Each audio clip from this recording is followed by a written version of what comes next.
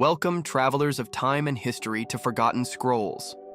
Tonight, step back in time to the year 1325 and immerse yourself not in the lives of kings or knights, but in the harsh, unvarnished reality of a common medieval peasant. This is a journey of brutal truths and profound lessons, designed to offer a unique perspective on the true meaning of survival.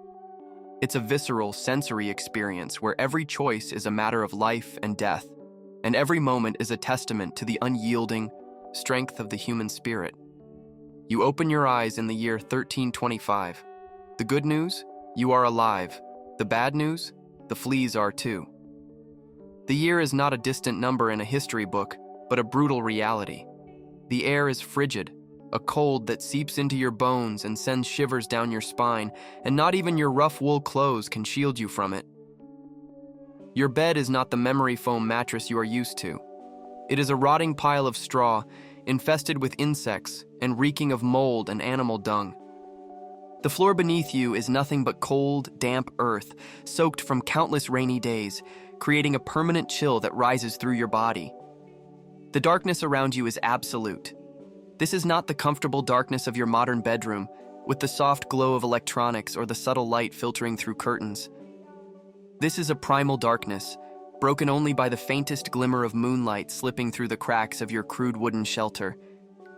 As your eyes adjust, you begin to distinguish shapes in the gloom. The outlines of your family members, all huddled together on the same pile of straw, desperate for warmth. There is no privacy here, no personal space, just bodies pressed against bodies in a desperate attempt to survive the night. The sounds are just as alien. Not the gentle hum of a refrigerator or the distant drone of passing cars. Instead, you hear the low moan of the wind as it finds every gap in your poorly constructed dwelling. The occasional shuffle of cattle in the adjacent pen, separated from your living space by nothing more than a crude wooden partition. Sometimes you hear the cry of a baby in a neighboring hovel, or the hacking cough of an elderly villager who may not live to see the next winter. You stretch and immediately regret it. Your body aches from yesterday's labor. 14 hours toiling in the fields with tools that were, at best, rudimentary, and at worst, torturous. Your hands are calloused and cracked, your joints swollen, from the repetitive motions of harvesting crops or chopping wood. There is no hot bath waiting for you, no painkillers to ease the discomfort. This pain is your constant companion, a stark reminder that survival in this era demands every ounce of strength you have. Then comes the smell. Your own unwashed body, the chamber pot in the corner serving as a latrine, the animals just a few feet away. The smoke from last night's cooking fire, which never fully escaped through the hole in the roof. There is no concept of freshness here. Everything carries the mustiness of perpetual damp, the sourness of sweat and exhaustion, the earthy odor of dirt and animals. As you lie in the cramped space, hunger gnaws at your stomach. Not the casual hunger of the 21st century, where a meal is just a delivery app away. This is a deep, aching emptiness, reminding you that food is never a guarantee. Yesterday's meal was a watery broth with a few vegetables, and if you were lucky, a small piece of salted meat. Today might be the same, or worse, depending on the season and your family's luck. You sit up slowly, feeling every muscle protest. There is no time to ease into the day, no morning routine of coffee and scrolling through the news. Dawn arrives, and with it comes the expectation of labor. Every moment of daylight is precious, for there is no reliable artificial light. Your day begins when the sun rises and ends long after it sets. The evening hours are spent under the dim glow of a tallow, candle, or a rustic oil lamp, luxuries that many cannot afford to burn for very long. Stepping out of your hovel, the village is already stirring. Medieval life is communal by necessity. You know every person in your small community, their strengths and weaknesses, their joys and sorrows. This intimacy brings both comfort and conflict. There is support in times of need, but also the weight of constant social scrutiny. There are no secrets here, no privacy, no concept of minding your own business. Your life is intertwined with everyone else's in a complex web of obligations, debts, and mutual aid. The feudal lord's castle looms on the hill, dominating the village. Its stone walls and slate roof stand in stark contrast to your humble dwelling. It represents both protection and oppression. The lord offers security against external threats, but demands much in return: labor, produce, loyalty, and deference. You are not a slave, but you are not free in any sense your modern mind would recognize. You are bound to this land, to this lord, by birth and circumstance.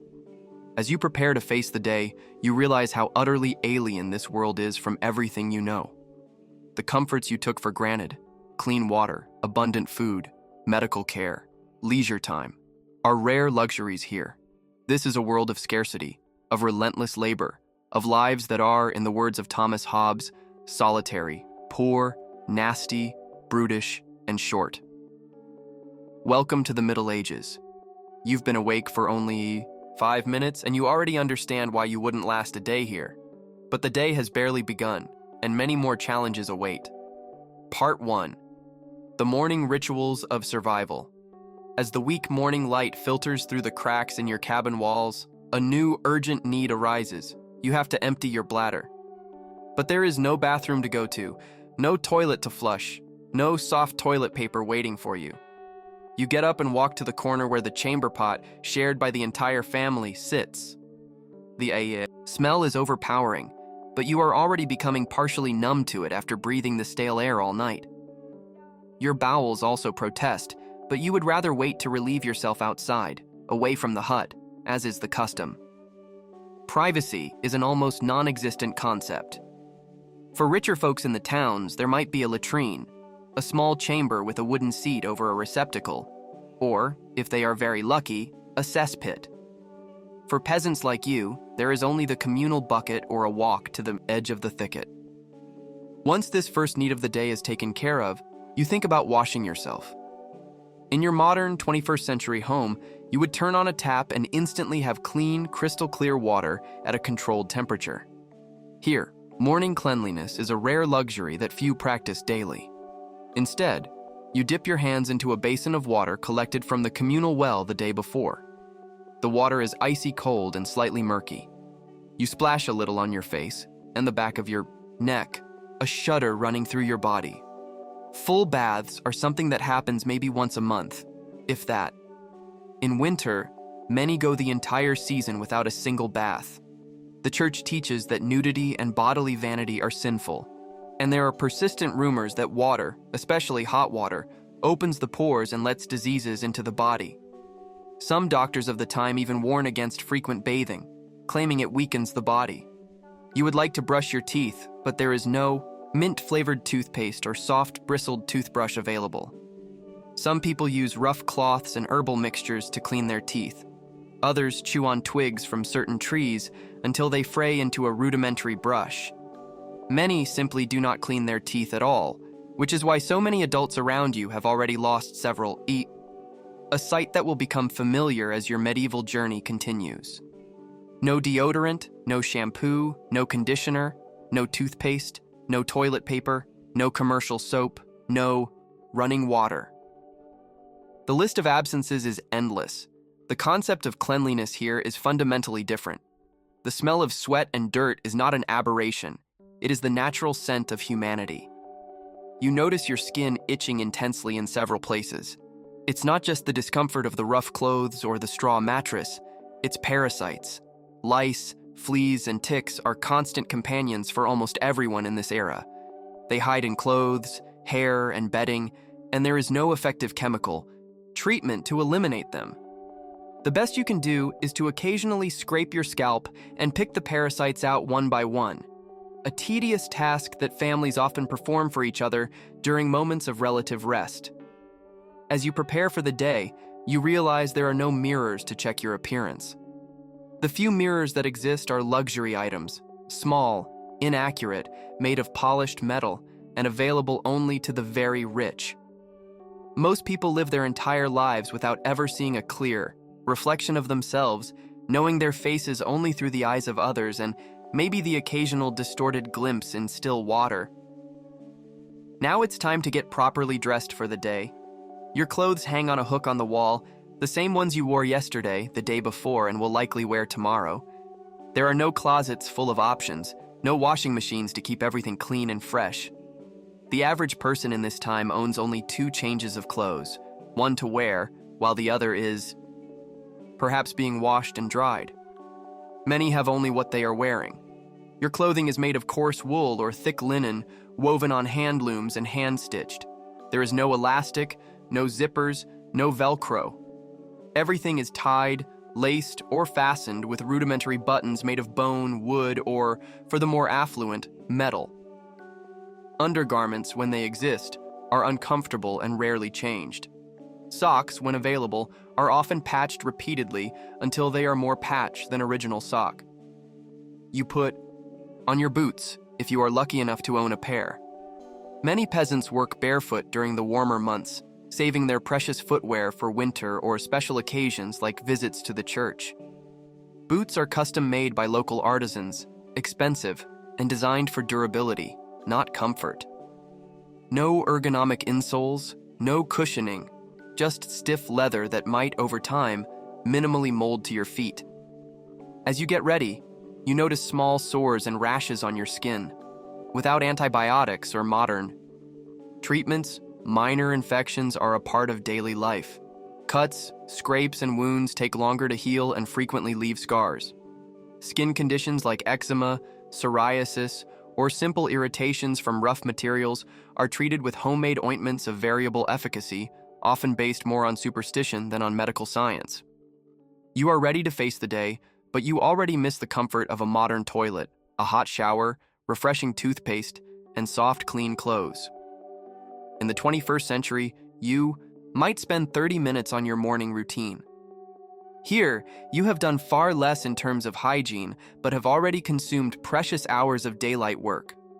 Now, with hunger in your stomach and still feeling uncomfortably dirty by modern standards, you brace yourself for the next challenge, a medieval breakfast, if you can call it that. Part 2. The unending battle for sustenance. The kitchen of a medieval peasant has nothing in common with your modern kitchen. There is no clear division between rooms. The food preparation area is often just a corner of the single room that makes up the entire house. In the center of the house, or perhaps against a wall, is the hearth, the literal and figurative heart of the home. It is the only source of heat, the only means of cooking, and on dark nights, the main source of light. There is no exhaust fan to draw the smoke away. Instead, it must rise and escape through a hole in the roof. But the system is imperfect. The interior of the house is permanently hazy with a thin layer of soot that settles on every surface and in your lungs. The fire must be kept burning, or at least the embers preserved. Starting a new fire without modern matches or lighters is a time-consuming and difficult task involving flint, tinder, and patient blowing to turn a spark into a flame. You approach the area where your family prepares meals. There is no pantry full of food, no refrigerator humming softly in the corner. Food storage is a constant challenge in this era. Meat, when available, is salted, smoked, or dried for preservation. Grains are kept in wooden chests, always under threat of infestation by rats, insects, and mold. Vegetables can be pickled in vinegar or salt, or stored in cool cellars during the winter, but the availability of fresh food is seasonal and precarious. Breakfast will not be a varied buffet of options. There will be no coffee, tea, fresh orange juice, or smoothies. Most likely, you will eat a thick slice of dark rye bread. Not the fluffy soft bread you know, but a dense, heavy loaf, often hard. The appearance of the bread is also different, made with less refined grains. It is dark and rough-textured, often with small impurities like fragments of millstone or even insects mixed into the flour. Along with the bread, you might eat some hard cheese produced within the community. Without refrigeration, cheeses need to be aged and hardened to last, resulting in intense flavors that would shock a modern palate, accustomed to milder products.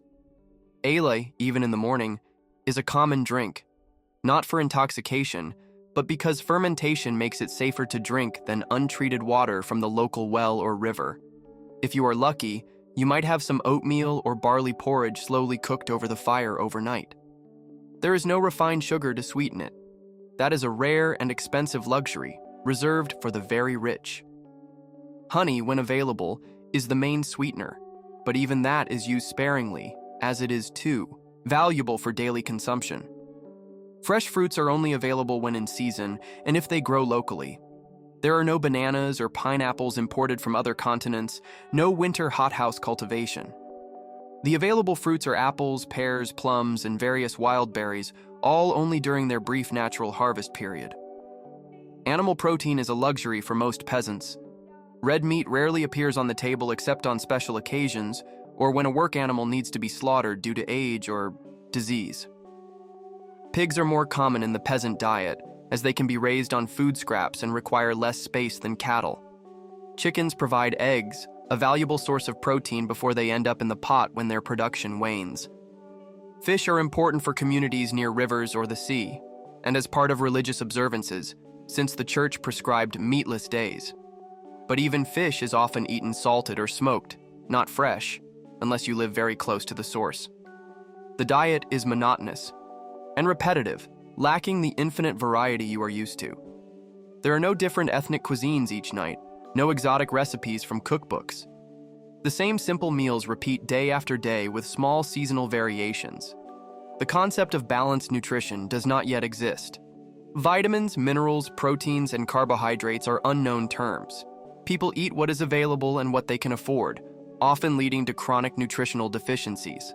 Scurvy, vitamin C deficiency, beriberi, thiamine deficiency, rickets, vitamin D deficiency, and pellagra, niacin deficiency are all common, although not yet known by these names. Even drinking water is an uncertain luxury. Community wells or local springs can be contaminated, especially in larger settlements where human and animal waste seeps into the soil. Water is rarely boiled before consumption, and modern filters are centuries away. Drinking untreated water often means risking debilitating or even fatal gastrointestinal diseases. Euphy. Finish your simple morning meal, which provided calories but little sensory pleasure. There is no moment to savor a cup of coffee while checking the news on your phone. Instead, you are already thinking about the long day of work that awaits you, a day full of strenuous physical tasks that will demand every calorie you just consumed, and probably more. The medieval diet, especially for peasants, was about survival, not pleasure. Eating was not a pastime or a cultural experience as it can be today. It was simply a basic necessity, met as efficiently as possible with limited resources. As you sweep the last crumbs from the rustic table, it is already time to go to the fields. The workday began at sunrise and will not end until long after sunset. Welcome to the next challenge of your medieval day, the incessant labor required just to survive. Part 3, the body's burden and the weight of labor. As you step out of your hovel, you are greeted by the damp cold of the morning and the sight of other villagers also heading to the fields. There is no weekend waiting for you in medieval life. The concept of regular days off simply does not exist as we know it today. Sunday is theoretically reserved for church and rest, but even then, animals need to be fed, cows milked, and essential tasks completed. The work that awaits you is not only physically exhausting, but incredibly repetitive and technically rudimentary. The tools at your disposal are primitive versions of those you would find in a history museum. A hoe with a rough wooden handle that causes blisters on your hands, even through calluses. A sickle for cutting grain that forces you to bend at a painful angle for hours. A plow pulled by oxen that requires constant strength to keep it on course. In your modern life, you are used to ergonomic workspaces, chairs with lumbar support, keyboards positioned at the right height to prevent wrist strain. Here, every movement of your work assaults your body. Bending to plant, squatting to harvest, lifting heavy loads without proper technique. Your body endures continuous wear and tear that, over a lifetime, will result in visible deformities, permanently damaged joints, and chronic pain with no cure or relief. The work rhythm is dictated by daylight and the seasons, not by a time clock. During the summer months, you might work 16 hours or more, using every moment of natural light. In winter, the days are shorter, but this does not mean rest, just different tasks. Mending tools and equipment, processing stored food, making necessary household items, chopping and transporting firewood. For a woman in the Middle Ages, the work is equally arduous, though often different. In addition to frequently helping in the fields during planting and harvesting, there is endless domestic work, manually grinding grain into flour, a process that can take hours, baking bread, which includes kneading heavy dough without electric mixers, spinning wool or linen into thread, another hours-long task, weaving thread into cloth on a hand loom, sewing clothes by hand, washing clothes by scrubbing them on rough boards with homemade soap that barely removes stains, cooking over an open fire without precise temperature control, caring for children, the sick, and the elderly. The list goes on indefinitely. The concept of retirement is non-existent. People work as long as they are physically able, until age or illness incapacitates them. When that happens, they are entirely dependent on family for support. There are no pensions, nursing homes, or social safety nets.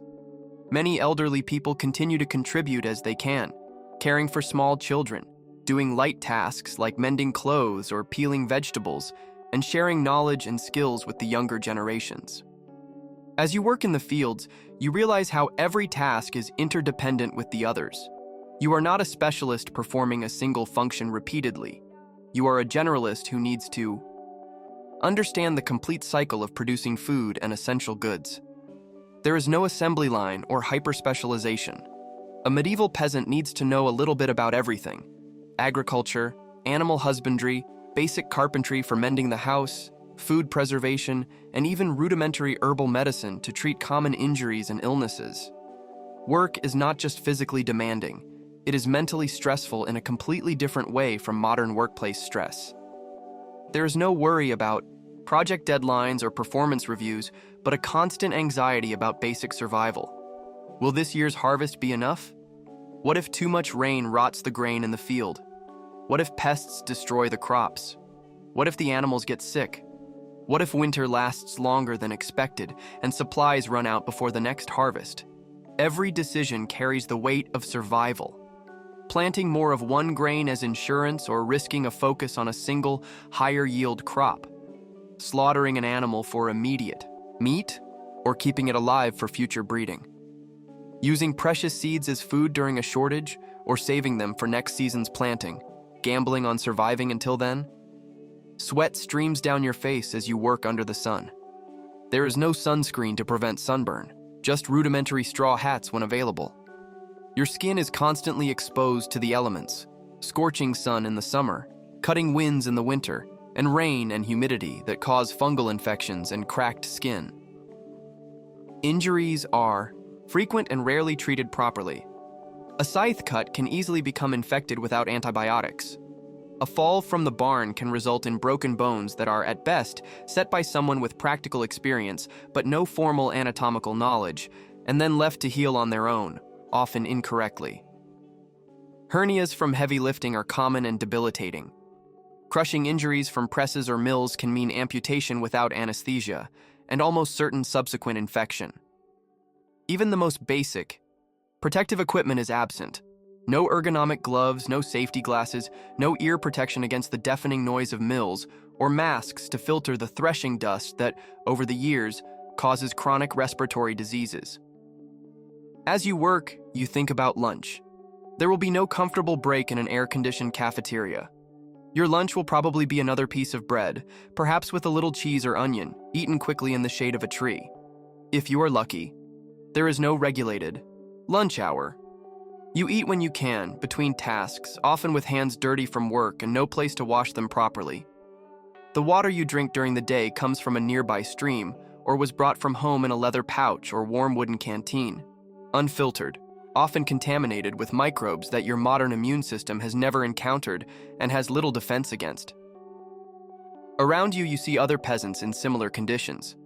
Some look incredibly old, their faces weathered by the sun, and bodies bent by constant labor.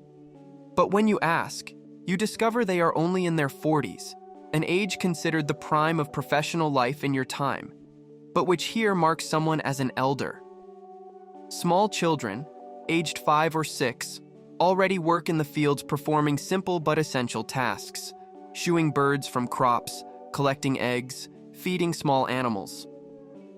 Their education does not come from schools with carefully planned curricula, but from observation and gradual participation in adult work, learning by doing from the earliest age. As the day wears on, your body protests. Muscles you didn't even know you had ache deeply. Your skin is irritated by the constant friction with rough clothes and tools. Your eyes sting with sweat and dust. Your throat is dry, your legs tremble with exhaustion. But the work continues. It must continue. Because stopping means not surviving. There are no painkillers to take when you get home at night. No physical therapy to correct your posture or strengthen specific muscles. No diagnostic imaging to identify joint damage, just herbal poultices of dubious efficacy. Maybe a gulp of homemade ale to numb the pain momentarily, and the resignation that tomorrow it will all begin again. Hard, physical, and relentless labor is the reality of medieval life. It is not a choice or something to be avoided. It is the very definition of existence. And you are only halfway through your first day in this strange and merciless world. Part 4. The frailty of the body and the absence of medicine. As the day progresses and your body continues to protest against the incessant work, you feel a sharp pain in your abdomen. In your modern life, you would take a painkiller and, if it persisted, schedule a doctor's appointment. You might get blood tests, an ultrasound, or even a CT scan to identify the exact cause. In the Middle Ages, your options are drastically different. The medieval conception of disease is fundamentally different from the modern medical understanding. The theory of the four humors, inherited from the ancient Greeks and Romans, dominates medical thought. According to this theory, the body contains 4 essential fluids: blood, phlegm, yellow bile, and black bile. Health depends on their harmonious balance, and disease results from imbalances. Your diagnosis would not come from lab tests or detailed images of the inside of your body. Instead, a medieval doctor, if you had access to one, which is unlikely for a common peasant, would primarily observe external signs: the color of your skin and tongue, the odor of your breath and excrement, the appearance of your urine, uroscopy, and perhaps your pulse. For the majority of rural people, there are no doctors available. Instead, you would rely on the local wise woman, the itinerant barber surgeon who occasionally visits the village, the herbalist monk from the nearby monastery, or simply folk knowledge passed down through generations. The available treatments would be, by modern standards, ineffective at best and actively harmful at worst. For your abdominal pain, you might receive bloodletting to restore humoral balance, performed with leeches or direct cuts to the veins. The procedure often weakened already sick patients rather than curing them. Purgatives or emetics would be used to expel the disease through forced bowel movements or induced vomiting, again often leaving patients dangerously dehydrated. Herbal poultices and potions, some containing genuinely medicinal ingredients like willow bark, which contains compounds similar to aspirin, would be mixed with ineffective or dangerous elements without standardized dosages. Amulets, prayers, and rituals would be based more on superstition and religious beliefs than on proven medical efficacy. Disease was frequently seen as divine punishment for sins or the result of black magic or the evil eye. Surgery, when performed, was a horrific experience, with no anesthesia beyond alcohol or insufficient doses of opium. Procedures were done with the patient fully conscious, feeling every cut. Without understanding germ theory, instruments were not sterilized, and surgeons often did not wash their hands between patients or after handling corpses. Post-operative infections were virtually guaranteed. If your abdominal pain were appendicitis, a relatively simple surgical problem in the modern world, it would be almost certainly fatal in the Middle Ages. The same would be true for strangulated, hernias, intestinal blockages, perforated ulcers, and countless other acute abdominal conditions. Chronic diseases would simply become a part of your life without hope of cure or effective treatment. Arthritis, tuberculosis, known as consumption, asthma, epilepsy, often seen as demonic possession, diabetes, all these conditions ran their natural courses without effective intervention. Even conditions considered minor today could be serious or fatal. A dental infection could spread to the brain. A small cut could lead to gangrene and death. Common diarrhea could cause fatal dehydration, especially in children and the elderly. Simple pneumonia was often a death sentence. Pregnancy and childbirth were periods of extreme danger for women, with no prenatal care, safe C-sections, sterilized forceps, or understanding of the need for hygiene. During childbirth, many women died from hemorrhage, eclampsia, or puerperal fever, postpartum infection. Maternal mortality rates were appallingly high, with estimates suggesting that 1 in every 10 pregnancies ended with the mother's death. Infant mortality was even more devastating, with estimates suggesting that 30% or more of children did not survive past the age of 5. For those living in cities, the situation was worse in many respects.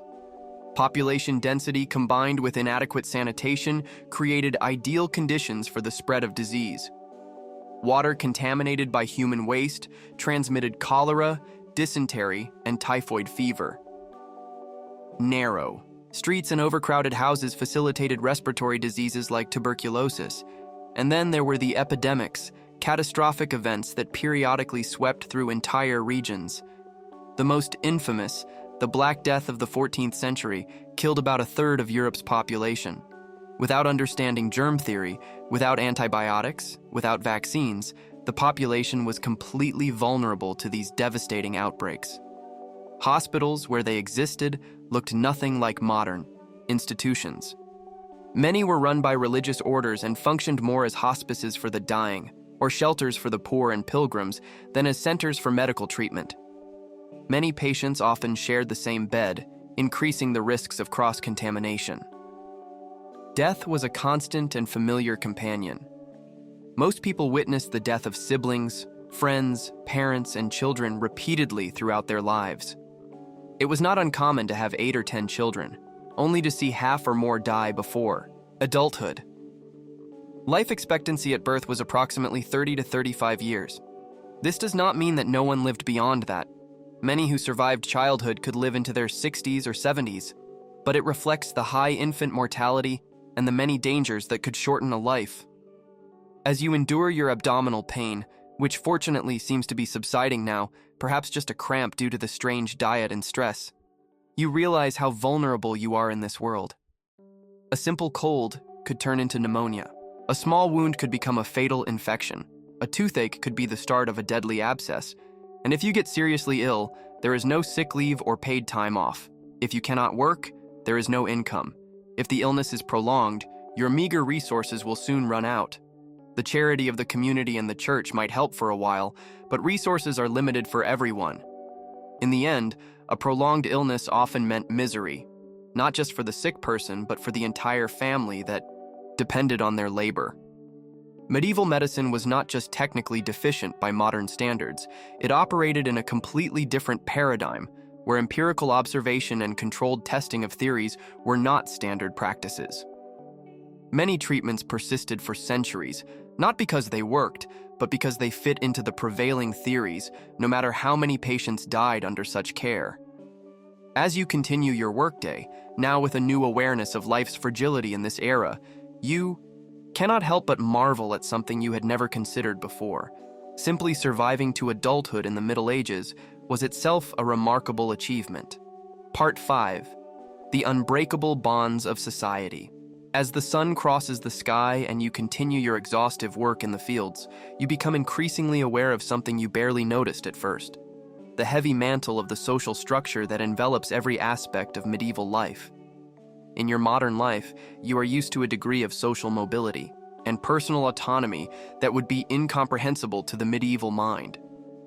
In the Middle Ages, your birth not only determines your initial position in life, but largely your entire destiny.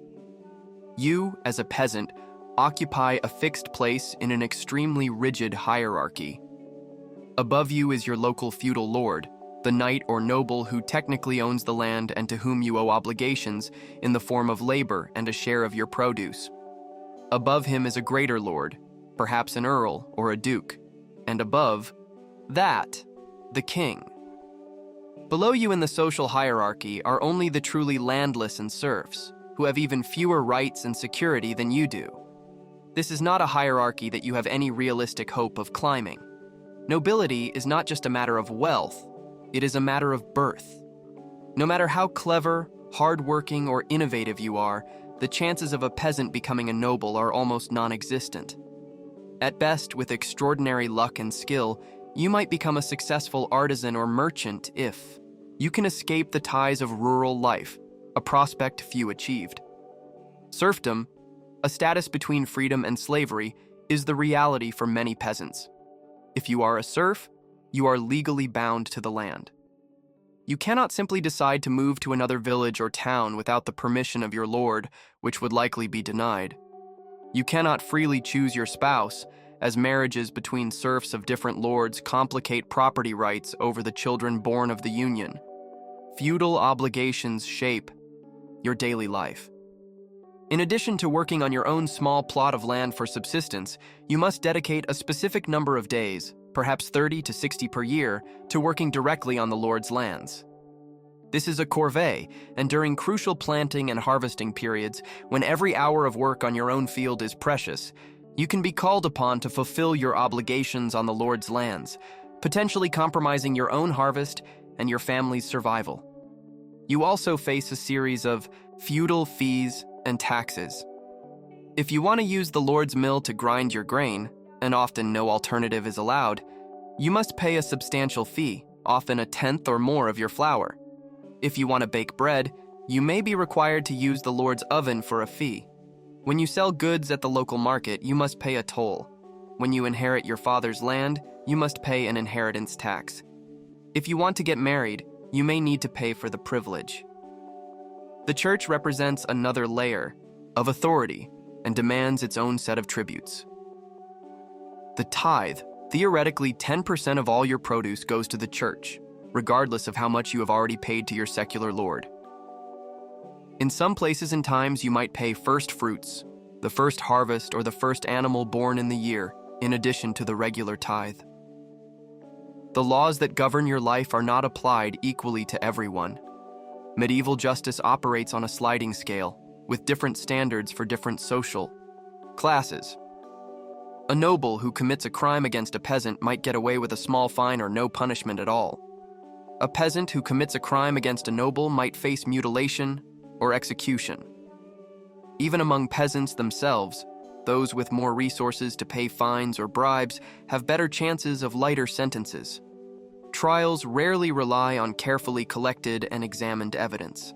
Instead, character oaths, testimonies from respectable people, and even ordeals or judicial duels can determine the verdict. If you are accused of a crime, your reputation in the community may matter more to your fate than the facts of the case.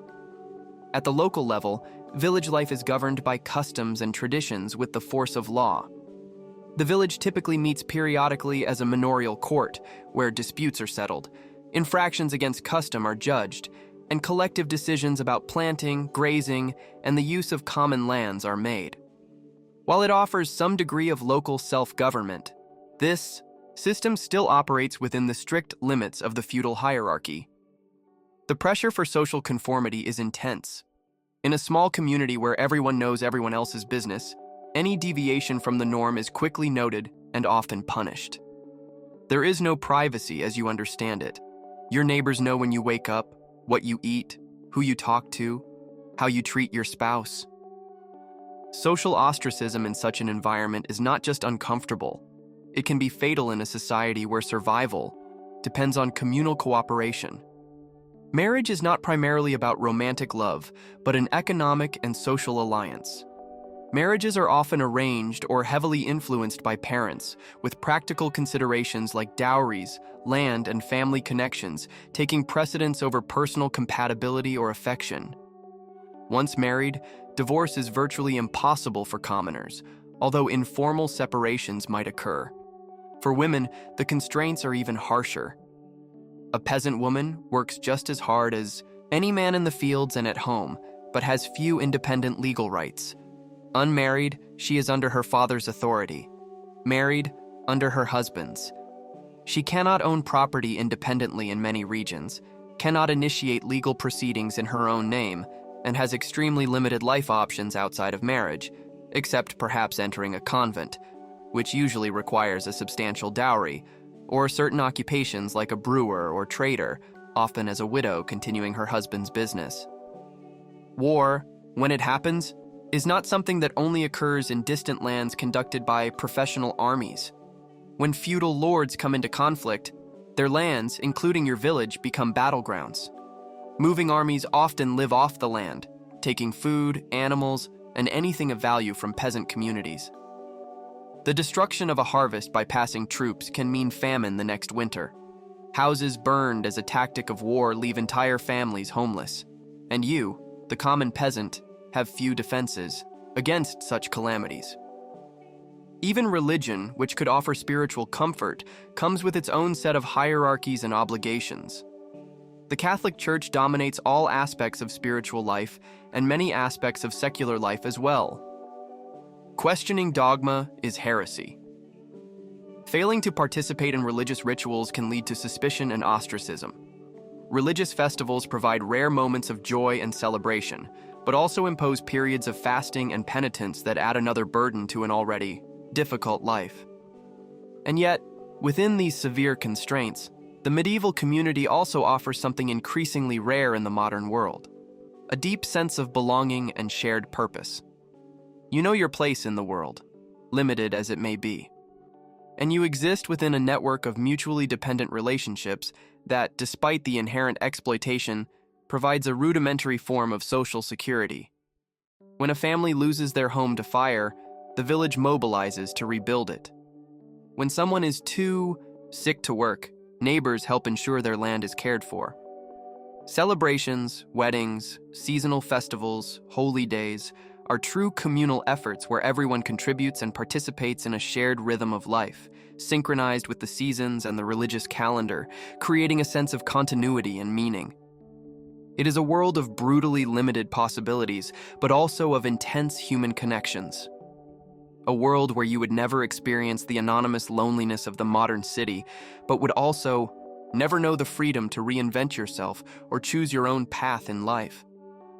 As the day wears on and you continue your work in the fields, this complex social web binds you as tightly as the rough wool clothes you wear. You are not just an individual struggling for survival, you are a knot in an ancient social network. Your role was written long before your birth, and your possibilities are limited by forces you barely understand, let alone challenge. Part 6. The Shadows of Fear and the Illusion of Safety. As the sun begins its slow descent toward the horizon, you feel a deep weariness in your bones after hours of physical labor. But as you head back to your village, a new awareness begins to form in your mind. The perception of the countless dangers that lurk around every corner of this medieval world. In your modern life, safety is something you rarely question. Buildings are constructed according to strict codes. Food is inspected by government agencies. Water is treated to eliminate pathogens, and streets are patrolled by professional police forces. Danger certainly exists, but it is an anomaly, an intrusion into a world that is presumed safe. In the Middle Ages, danger is not the exception. It is the natural state of things. Safety, when it exists, is fragile and temporary. Your home, for example, does not offer the protection you take for granted. Built with flammable materials like wood, straw, and reeds, often with an open fire in the center and no proper chimney, it represents a constant risk of fire. There are no smoke alarms, fire extinguishers, or professional fire brigades. A fire that starts at night while everyone is asleep can quickly consume an entire house and potentially the entire village, since the buildings are clustered together. If a house catches fire, the main strategy is to demolish neighboring houses to create a fire break. Little consolation for those who lose their homes in the process. Natural predators pose a threat that rarely concerns modern urban or suburban dwellers.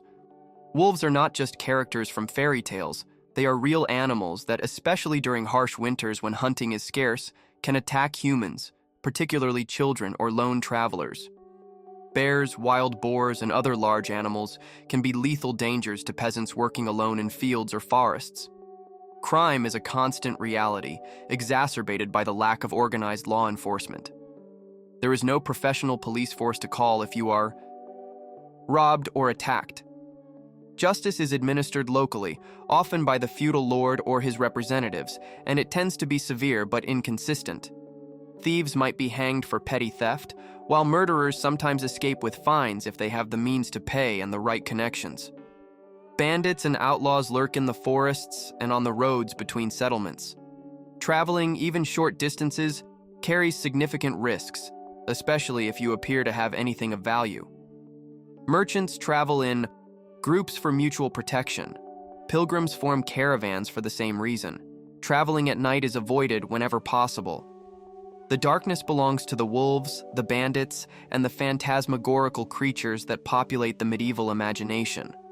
War, as mentioned earlier, is not a distant event, but a calamity that can come directly to your doorstep. When armies march, whether they are allies or enemies, the peasants suffer. Soldiers requisition food, cattle, and shelter. Resistance can result in violence, rape, or death. Even in times of nominal peace, unemployed mercenaries or soldiers on leave can pose serious threats to isolated villages. Famine is a constant shadow hanging over medieval communities. A single year of bad harvests due to bad weather, insect infestations, plant diseases, or war can exhaust stored reserves and lead to severe shortages. Great famines occurred with frightening regularity, perhaps once or twice a generation. In many regions during these periods, people ate whatever they could find: tree bark, roots, herbs normally considered inedible, even boiled leather. The most vulnerable, small children and the elderly, died first. Diseases spread quickly among populations weakened by hunger. Some famines reduced regional populations by 10% or more. Natural disasters occurred without warning and without scientific understanding of their causes. There were no weather forecasts to warn of severe storms, floods, or imminent droughts. There were no early warning systems for forest fires. Earthquakes and volcanic eruptions happened without explanation, often interpreted as divine wrath, leaving people with no mitigation strategies beyond prayers and penitence. The food itself could be dangerous in ways that rarely concern modern consumers. Ergotism, poisoning from a fungus that grows on rye and other grains in damp conditions, could cause hallucinations, convulsions, gangrene, and death. Without understanding the cause, outbreaks of St. Anthony's fire, as it was known, were often attributed to supernatural causes. Spoiled or contaminated food was consumed out of necessity, especially during shortages, leading to chronic gastrointestinal diseases. The tools and utensils used in daily life were inherently more dangerous than their modern counterparts, with no safety features or protections. Axes, scythes, plows, looms, spinning wheels, all carried significant risks of serious injury during normal use. There were no safety goggles, no cut-resistant gloves, no steel-toed boots. An injury that today would require a few stitches and perhaps a brief medical leave could easily lead to the loss of a limb or death from infection in the Middle Ages. The buildings themselves were dangerous. Beyond the risk of fire, they were constructed without standardized building codes, often using inferior materials and makeshift techniques. Structures could collapse without warning. Steep stairs without handrails, uneven floors, low ceilings with exposed beams, inadequate lighting, all contributed to frequent accidents. The smoke from open hearths without proper ventilation caused chronic respiratory problems. Childhood was particularly dangerous.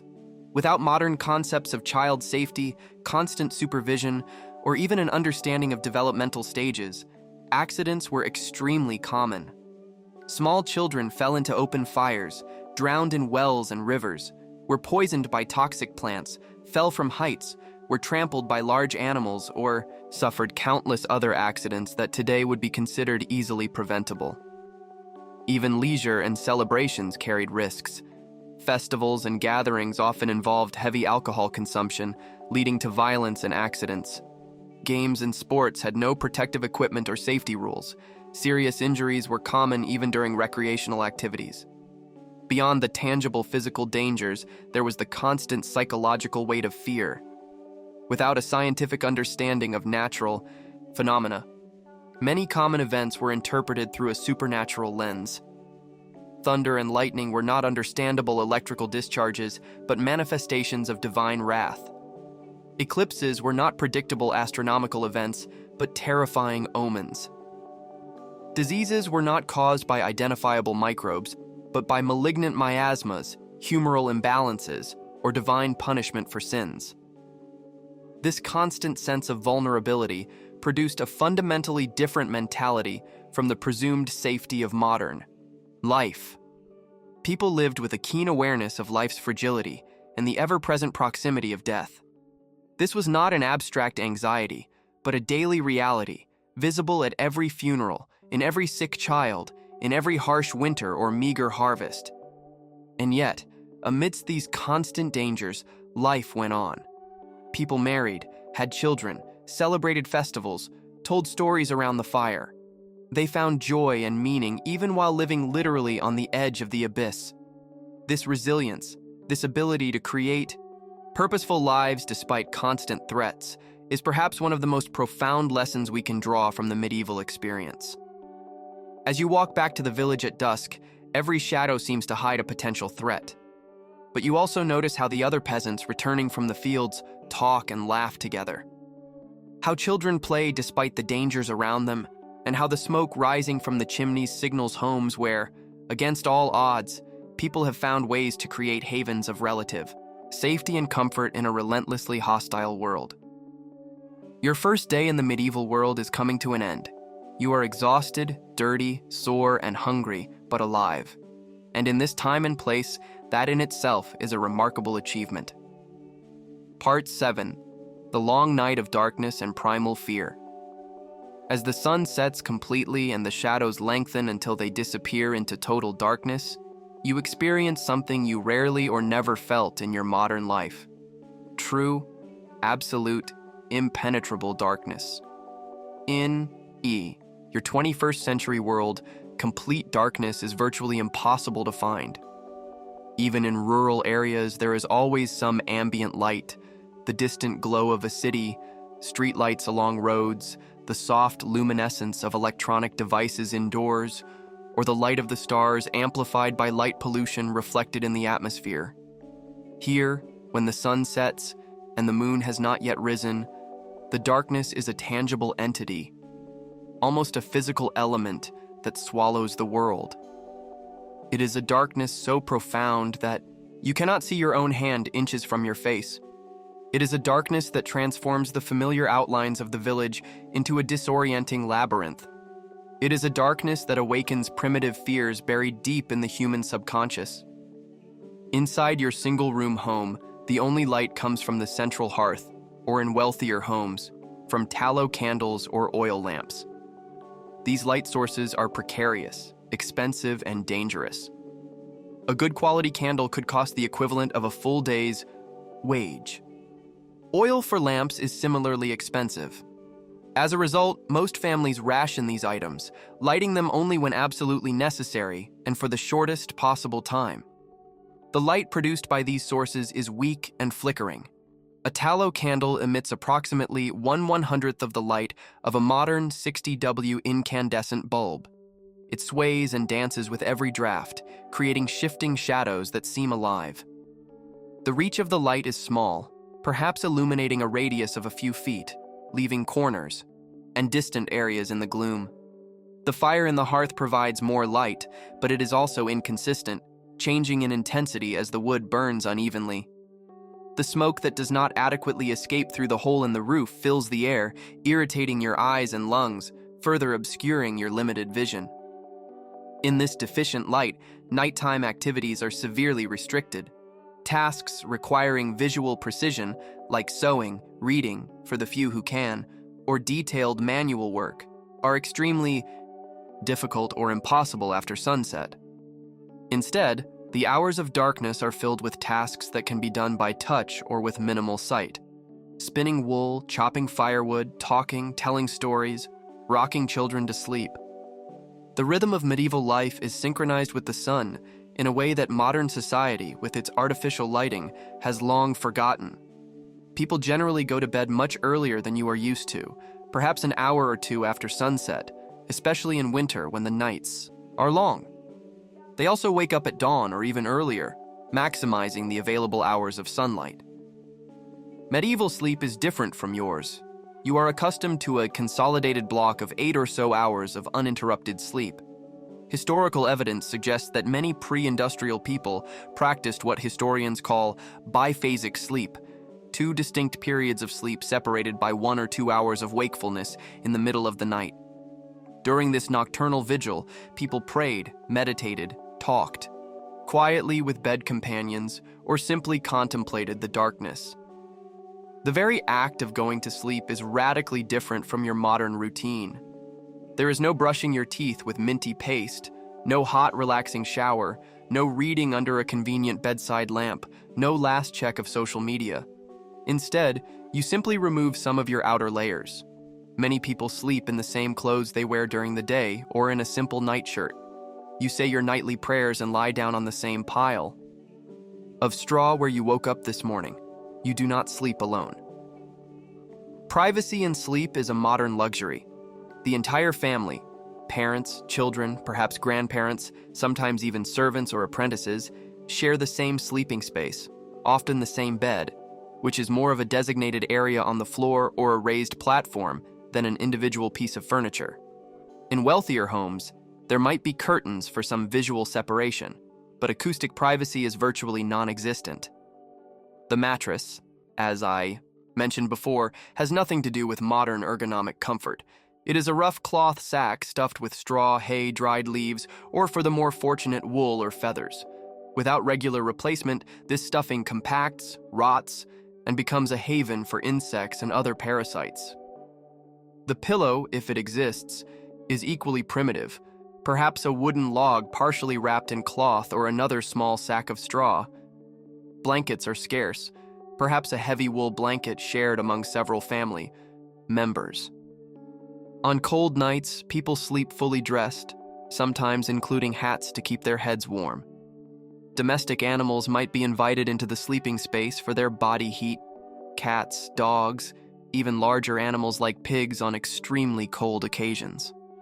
Thermal comfort is almost impossible to maintain. In winter, even with the hearth fire, the interior of a medieval peasant's house becomes painfully cold.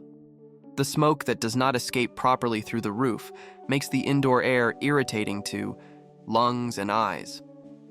In summer, the heat can be stifling, especially on the upper floors of 2-story houses where hot air accumulates. Opening windows for ventilation, when they exist and are not just openings covered with cloth or wood, attracts insects, particularly near swamps or stagnant water where mosquitoes proliferate. The nocturnal sounds are drastically different from your modern environment. There is no constant hum of a refrigerator, no distant murmur of traffic, no occasional noise of an elevator in the building.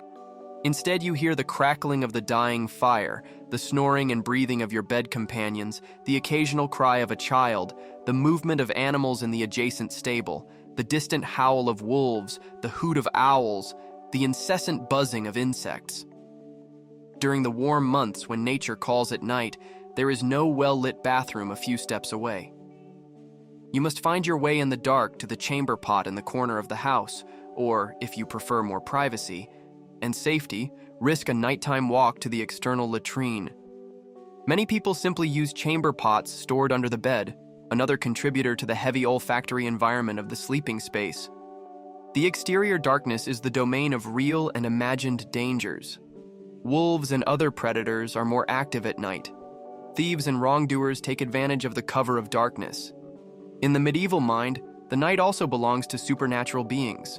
Ghosts, demons, mischievous fairies, werewolves, vampires, and countless other folkloric creatures that populate the popular imagination. These beliefs are not mere superstitions for the people living in this era. They are accepted realities that shape behaviors and decisions. Protective amulets hang over beds and doorways. Specific prayers against nocturnal dangers are recited before sleep. Certain herbs, known for their supposed protective properties, are scattered on the floor or placed in small sachets under pillows. Sleep is frequently disturbed.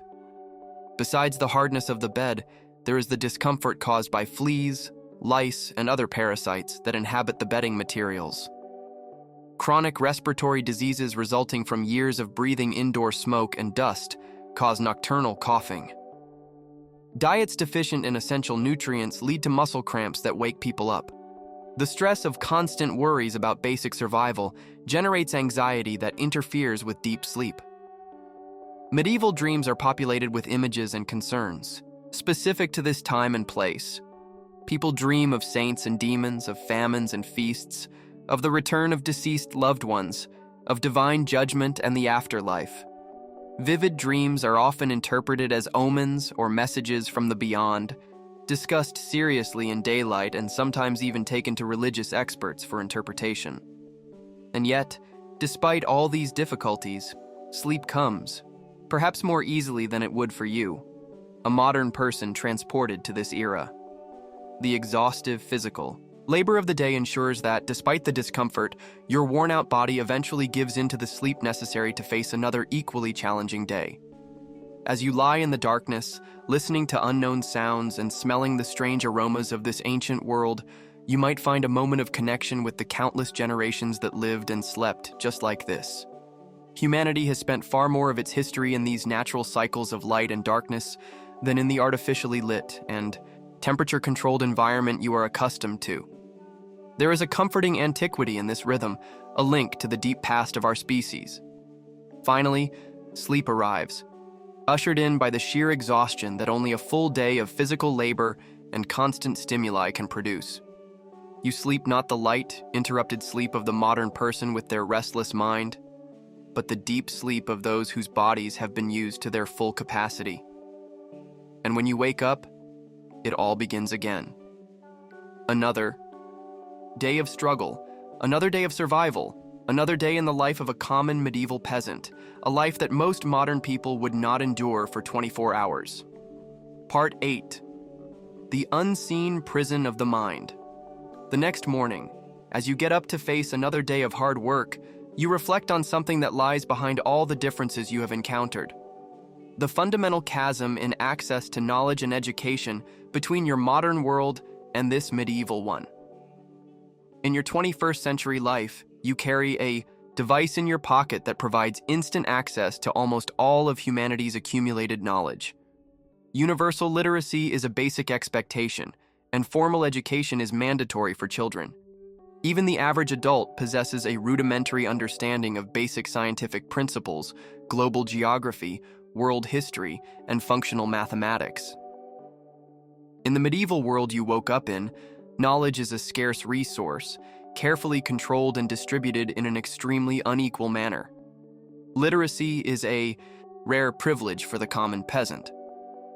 The ability to read and write is not only unnecessary for daily life, but is seen as an almost magical skill, possessed only by the clergy, nobles, successful merchants, and a few urban artisans. Estimates vary, but probably less than 10% of the medieval population is literate, with even lower rates among peasants and women. Formal schools exist mainly in cities and are associated with cathedrals or monasteries. They primarily train future clergy or administrators. For the vast majority of peasant children, there is no formal education of any kind. Instead, they learn by observation and gradual participation in adult work, a practical apprenticeship that begins at 4 or 5 years old. The knowledge available to a typical peasant comes from oral sources. Stories told around the fire, sermons heard in church, songs passed down through generations, proverbs that encapsulate centuries of practical wisdom. This oral tradition is rich and complex but limited in scope, and subject to the distortions of human memory and reinterpretation over time. Even practical knowledge is restricted by geographical isolation. A peasant might spend their entire life without traveling more than 20 or 30 kilometers from their birthplace. Agricultural, artisanal, and medical techniques are those passed down by local generations, with few opportunities to exchange ideas or innovations from distant regions.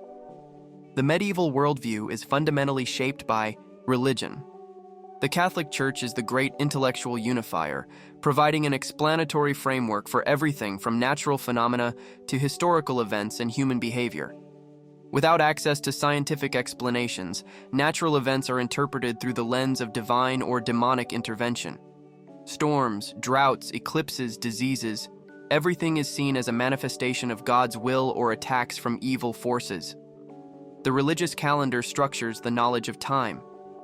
People do not think in terms of October 15th, but rather the third day after the feast of St. Francis, or 2 weeks before Lent.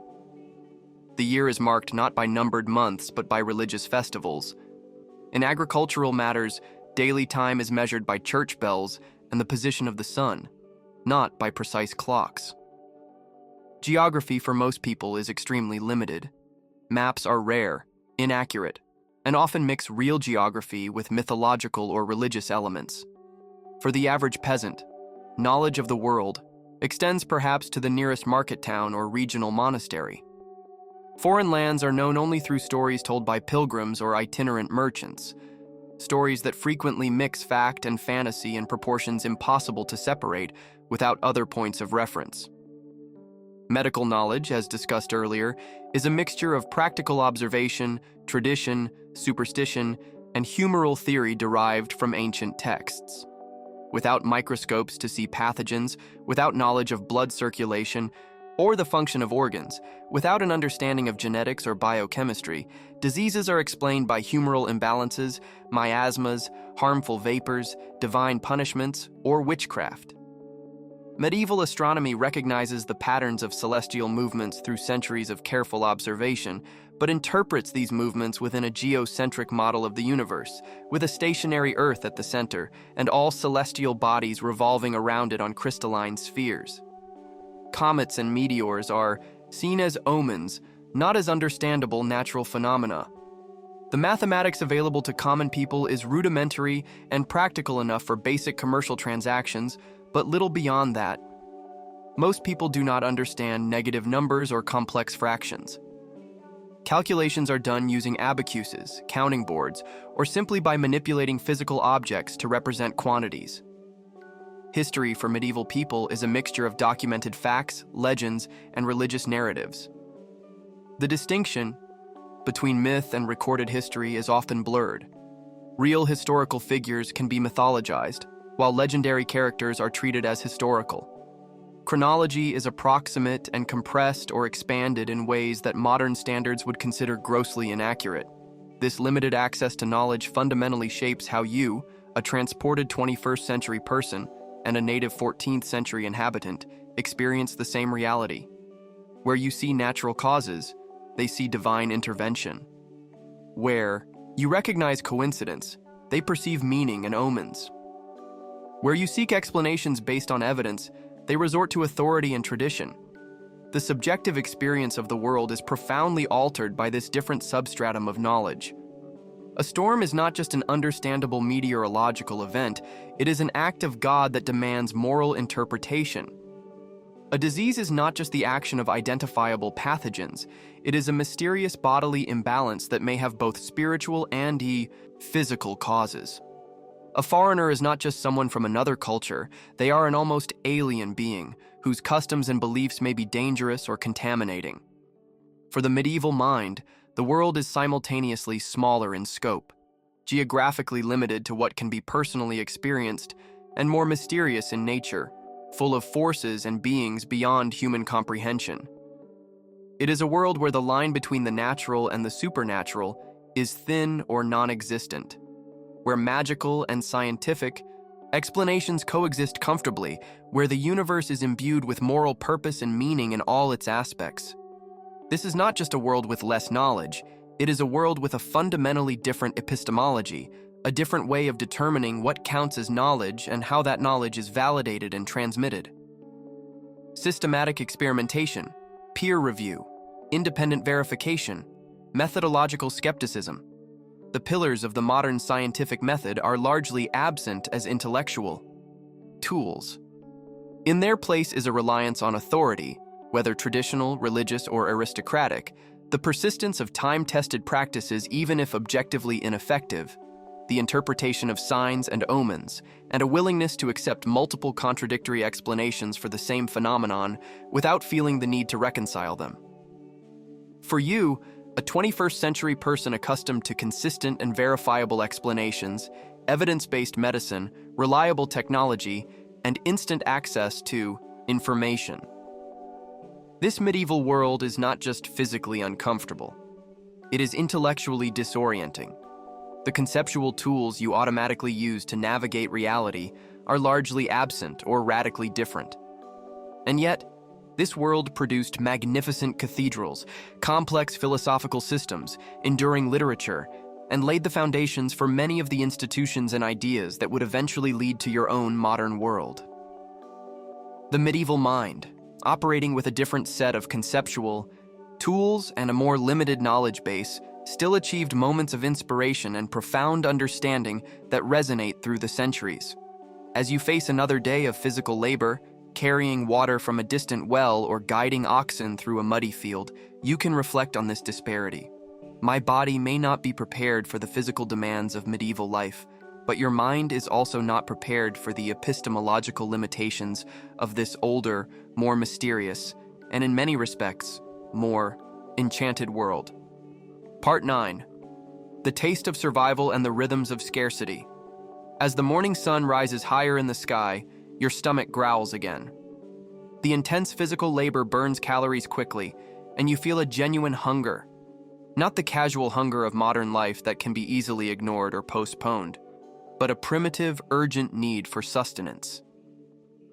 The midday meal of a medieval peasant is a simple and quick affair, often consumed directly at the worksite, without interrupting the flow of daily tasks. There is no defined lunch hour, no restaurants or cafes, no insulated lunch bags filled with varied options. Instead, you take from a small cloth bag or pouch a piece of dark rye bread, the same kind you had for breakfast. Along with it, there might be a piece of hard cheese, a raw onion, or some pickled vegetables. On especially good days, there might be a piece of salted bacon, or a thin slice of dried meat. A ceramic bottle or leather canteen holds diluted ale, or if you are near a sober, natural source, just fresh water. This basic meal is consumed quickly, sitting in the shade of a tree or on the edge of the field, often without completely stopping work. There are no utensils. You eat with your calloused, dirt-stained hands. There are no napkins, just the sleeve of your tunic to wipe your mouth if necessary. The food itself would be almost unrecognizable to your modern palate, accustomed to perfectly seasoned dishes, consistent textures, and complex flavors. The bread is dense and heavy, nothing like the soft, fluffy loaves from modern supermarkets. It is often slightly sour from natural fermentation and may contain small stones from the grinding process or fragments of insects mixed into the flour. The cheese has a strong, pungent flavor, the result of months of aging without refrigeration. Without modern chemical preservatives, medieval cheesemakers relied on high salt content and aging techniques that produced intense flavors many modern palates would find excessive or even unpleasant. Vegetables are limited to what is in season and can be grown locally. There are no tomatoes, potatoes, corn, bell peppers, or any of the other New World crops that are now considered staples in European cuisine. Instead, you have turnips, carrots, paler and smaller than modern varieties, peas, fava beans, lentils, onions, garlic, cabbage, and other hardy vegetables that grow well in temperate climates and can be stored for long periods. Fruits, when available, are smaller, more acidic, and full of seeds than their modern equivalents, the result of centuries of artificial selection. Medieval apples would be smaller and more bitter than today's crisp varieties. Pears would be harder and grittier. Wild fruits, blackberries, raspberries, wild strawberries, were seasonal and precious. Meat is a luxury for most peasants, consumed regularly only by the more prosperous or on special occasions. When available, it is often salted, smoked, or dried for preservation, resulting in tough textures and extremely salty flavors. Fresh cuts are rare and reserved for feasts, celebrations, or the tables of nobles. Peasants typically eat the less desirable parts of animals: organs, feet, heads, while the best cuts go to those higher up the social hierarchy. Animal fat, lard, bacon, butter is highly valued, both for its flavor and its caloric content. In a world where daily energy expenditure is immense and hunger is always lurking, caloric foods are exactly what the body needs, not something to be avoided as in modern, health-conscious diets. The common spices in your modern kitchen, black pepper, cinnamon, nutmeg, cloves, are expensive luxuries imported from distant lands, rarely seen on peasant tables. Instead, flavors come from local herbs: parsley, sage, thyme, rosemary, dill, mint, and garlic. Salt is the main seasoning, valuable enough to be used sparingly. Refined sugar is virtually unknown to the common people. Honey is the main sweetener, but it is expensive and used sparingly. Most peasants simply get used to naturally bitter or sour flavors without sweeteners. Alcoholic beverages, ale, mead, cider, and in wine-producing regions, wine, are important not just as intoxicants, but as essential sources of nutrition and safe hydration. Medieval ale is flat and murkier than modern varieties, often with a lower alcohol content, a more malty flavor, and a thicker consistency. It is consumed at every meal by men, women, and even children, providing calories, B vitamins, and most importantly, safer hydration than untreated water. Dinner, the evening meal after the workday, may be the only hot meal of the day. For many, it is usually a soup or stew, a single pot where available ingredients are cooked together to maximize flavor and simplify preparation. Roughly chopped vegetables, grains, barley, oats, occasionally wheat, herbs, and maybe a bone with a little meat for flavor are all boiled together in a cauldron, suspended over the open fire. This stew might be eaten for days, with new ingredients added as they become available, and the pot is rarely emptied completely or cleaned. The result is a complex flavor that evolves over time, but also a considerable risk of bacterial contamination by modern standards. Bread remains the indispensable staple food, consumed in quantities that would seem excessive by modern measures. An adult worker could easily eat 1 kilo or more of bread a day, providing the caloric base needed to sustain intense physical labor. For a medieval peasant, the primary function of food is sustenance, calories and nutrition to fuel work, not for sensory pleasure or cultural expression. Variety is limited to what can be grown locally and stored effectively without refrigeration. Seasonality dictates availability, with periods of relative abundance after harvests giving way to times of scarcity as stocks dwindle, especially in the famine months of late winter and early spring, when the previous year's reserves are exhausted and the new harvest is not yet ready. For you, a 21st century person accustomed to a nearly infinite variety of food options available year-round, the monotony of the medieval diet would be perhaps one of the most difficult aspects to endure long-term. The same limited rotation of flavors, textures, and ingredients day after day, week after week, with few variations beyond seasonal availability, would quickly become oppressively boring to a modern palate accustomed to constant diversity. Furthermore, the very presentation of the food would be strange to modern eyes. There are often no individual plates or even separate dishes for different foods. A flat piece of hard bread called a trencher often serves as a plate, soaking up sauces and juices before being eaten, or if too hard to be palatable, given to the animals or the poor. The fork is virtually unknown. People eat with spoons, knives they carry with them, and primarily with their fingers. Table manners focus on fair sharing, not wasting anything, and showing respect for food as a gift from God that should not be taken for granted. Even the kitchen utensils are drastically different. There are no stoves with controlled temperatures, ovens with precise settings, food processors, or blenders. Food is prepared in or over an open fire, requiring constant attention and manual adjustment. Temperature is judged by experience and feel, not by thermometers. Cooking times are estimated by the sun or by simple devices like hourglasses, not by precise timers. Refrigeration is virtually non-existent, other than cool cellars or deep wells where perishables can be briefly stored, or mountainous areas where snow and ice can occasionally be used for short-term preservation. Preservation relies mainly on techniques like salting, smoking, fermentation, drying, or confit in fat. Food safety is a radically different concept.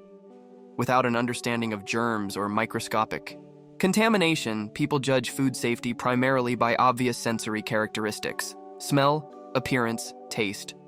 The result is that food poisoning is a common occurrence, especially in times of scarcity when people are forced to eat food they would normally reject. Food waste is minimized to a degree that would surprise modern sensibilities.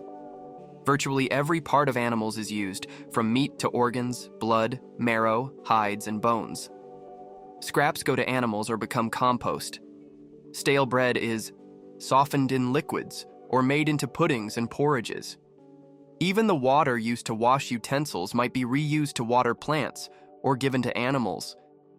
Fasts and abstinence prescribed by the Church add another layer of restriction to the already limited medieval diet.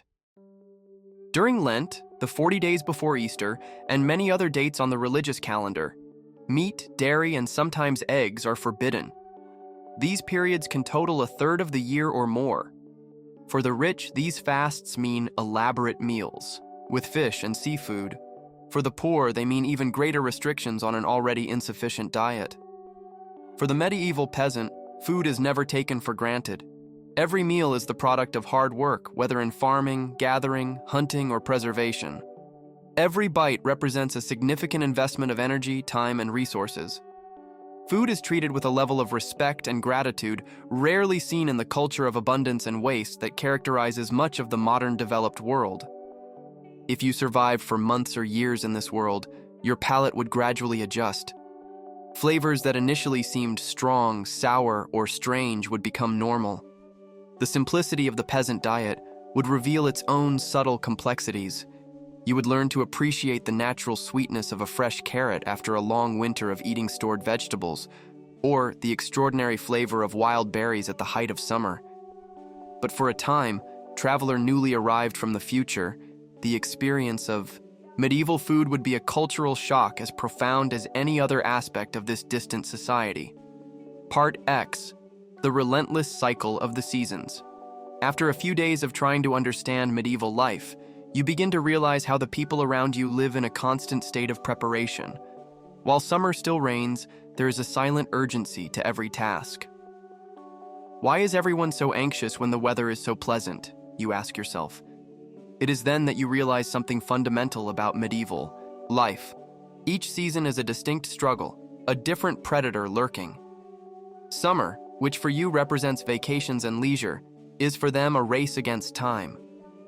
The long days do not mean more hours of leisure, but more hours of exhaustive labor under the scorching sun, without sunscreen, proper hats, or sunglasses. The peasant's skin is permanently tanned, wrinkled, and prematurely aged. Sweat streams continuously, soaking the rough wool clothes that cannot be changed frequently. Constant perspiration combined with the lack of deodorant and regular baths creates a pungent body odor that permeates the entire community. The heat brings another invisible enemy: dehydration. There are no bottles of purified water or sports drinks with electrolytes. Thirst is quenched with water from wells, springs, or streams, often contaminated with parasites and bacteria on particularly hot days.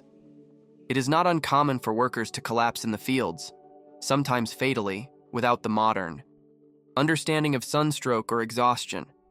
Insects thrive in the summer heat. Clouds of mosquitoes attack at dusk, with no repellent to keep them away.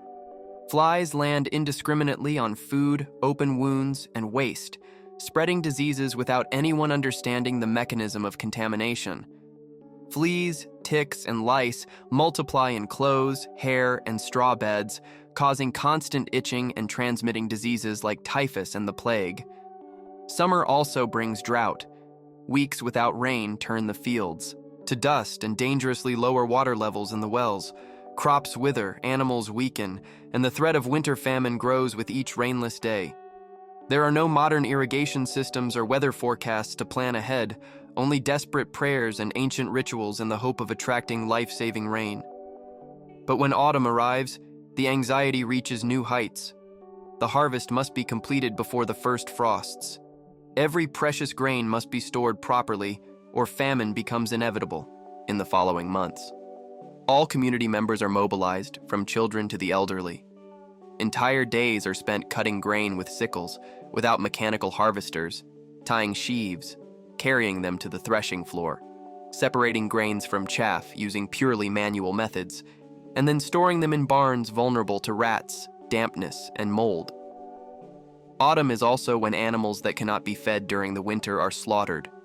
The air fills with the smell of blood, as pigs, sheep, and cattle are turned into meat that must be preserved immediately without refrigeration. Preservation methods, salting, smoking, drying, are laborious and imperfect.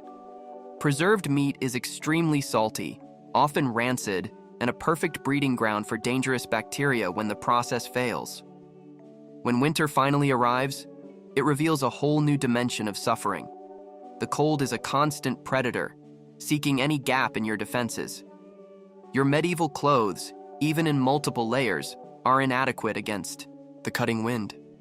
There is no insulation in your cabin walls, just mud, wood, and straw, which allow frigid drafts to seep through countless cracks. At night, the cold is particularly cruel. Your bed has no electric blankets or central heating program to maintain a stable temperature. Just the warmth of a fire that inevitably dies out during the night, leaving you to wake up to a daily shock. You often wake up trembling violently, with numb fingers and toes, your breath forming clouds inside your own home. The darkness of winter is oppressive.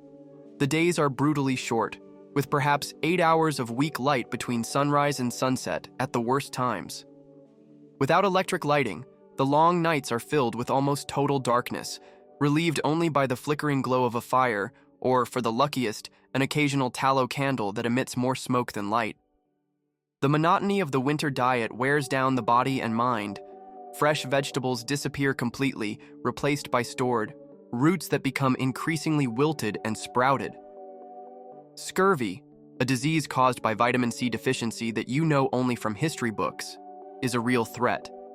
Gums bleed, wounds do not heal, and weakness insidiously creeps into your nutrient-deprived body. Water freezes regularly. Wells and streams become covered with ice, requiring extra work to break the solid surface just to get life's essential liquid. Washing yourself becomes even rarer, as the idea of icy water touching skin already chapped and cracked by the cold is almost unbearable. The smell inside the houses, with people wearing the same clothes for months, no baths, and living in extreme proximity to animals brought indoors for survival, becomes indescribably pungent. Respiratory diseases sweep through communities during winter. Pneumonia is not just a treatable condition with antibiotics. It is a feared killer that takes the very young and the elderly. Constant hacking coughs echo through the cabins, mixing with the crackling of the fire. Fever, pain, congestion, all endured without effective medicines, humidifiers, or modern treatments to alleviate the suffering. Winter also brings famine. Even with careful planning, supplies often dwindle dangerously before spring. Rations are reduced, stomachs are never completely satisfied. The so-called famine months, usually from February to April, are an annual reality for many communities. You can see the change in the faces around you. Gaunter, with distant looks. Conserving energy, moving more slowly. Spring finally brings relief from the deadly cold, but presents its own challenges. The thaw turns paths into almost impassable mud pits. Planting must begin immediately, but with people weakened by the deficient winter diet. Precious seeds, carefully saved from the last harvest, must be entrusted to the soil with prayers that they will germinate, knowing that any failure means famine the next winter. It is a relentless cycle with no escape. Each season, brings its own terrors and demands, without the comfort of modern technologies to soften the extremes. There are no thermostats to adjust, no supermarkets to buy out-of-season fruit, no medicines to treat seasonal illnesses, no high-tech clothing designed for specific climates. As you watch the peasants constantly planning for the next season while they struggle to survive the current one, you understand something profound about the medieval mentality. There is no isolated present, just a continuous battle against the cycles of nature. Every day lived is not just a victory, but a necessary investment in future survival. And you, with your body accustomed to modern, controlled comfort, realize that you would not last a single full cycle of the seasons. Your body, unacclimated and without the resilience built by a lifetime of exposure, would quickly succumb to the relentless assault of the medieval climate. Part E. Theme: the brutal face of war. The sound wakes you before dawn. A bell, ringing frantically, not the usual methodical call to mass, but an urgent and irregular clang that can only mean danger. As you step out of the cabin with other sleepy villagers, the morning air is cut by distant screams and an orange glow on the horizon. The neighboring village, just a few kilometers away, is on fire. War, an abstract concept you know mainly from news reports and history books, is, in the Middle Ages, a visceral and devastating presence that can literally arrive at your doorstep at any moment. There is no distant front line, no demilitarized zone protecting civilians. When war comes, it swallows everything. Panic spreads quickly through the community. Some villagers are already running to the forest, carrying only what they can. Others are quickly burying small treasures, a few coins, maybe a family silver piece, in the hope of finding them again if they survive. Mothers wrap babies in cloths, quieting their cries with breasts or pieces of cloth soaked in diluted mead. There is no time for careful deliberation or orderly evacuations. You realize you don't even know who is attacking or why. Medieval wars are rarely explained to common peasants. You are just a pawn on a chessboard whose players you will never know. It could be a dispute between your feudal lord and a neighboring lord. It could be a larger campaign between kingdoms. It could just be a band of unemployed mercenaries who, without pay, resort to plunder to survive. In your modern life, you are used.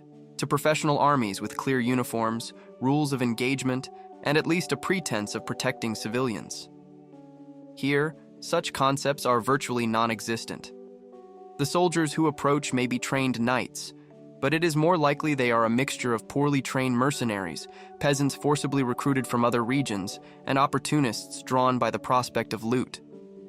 When they finally reach your village hours later, the brutality of medieval warfare hits you full force.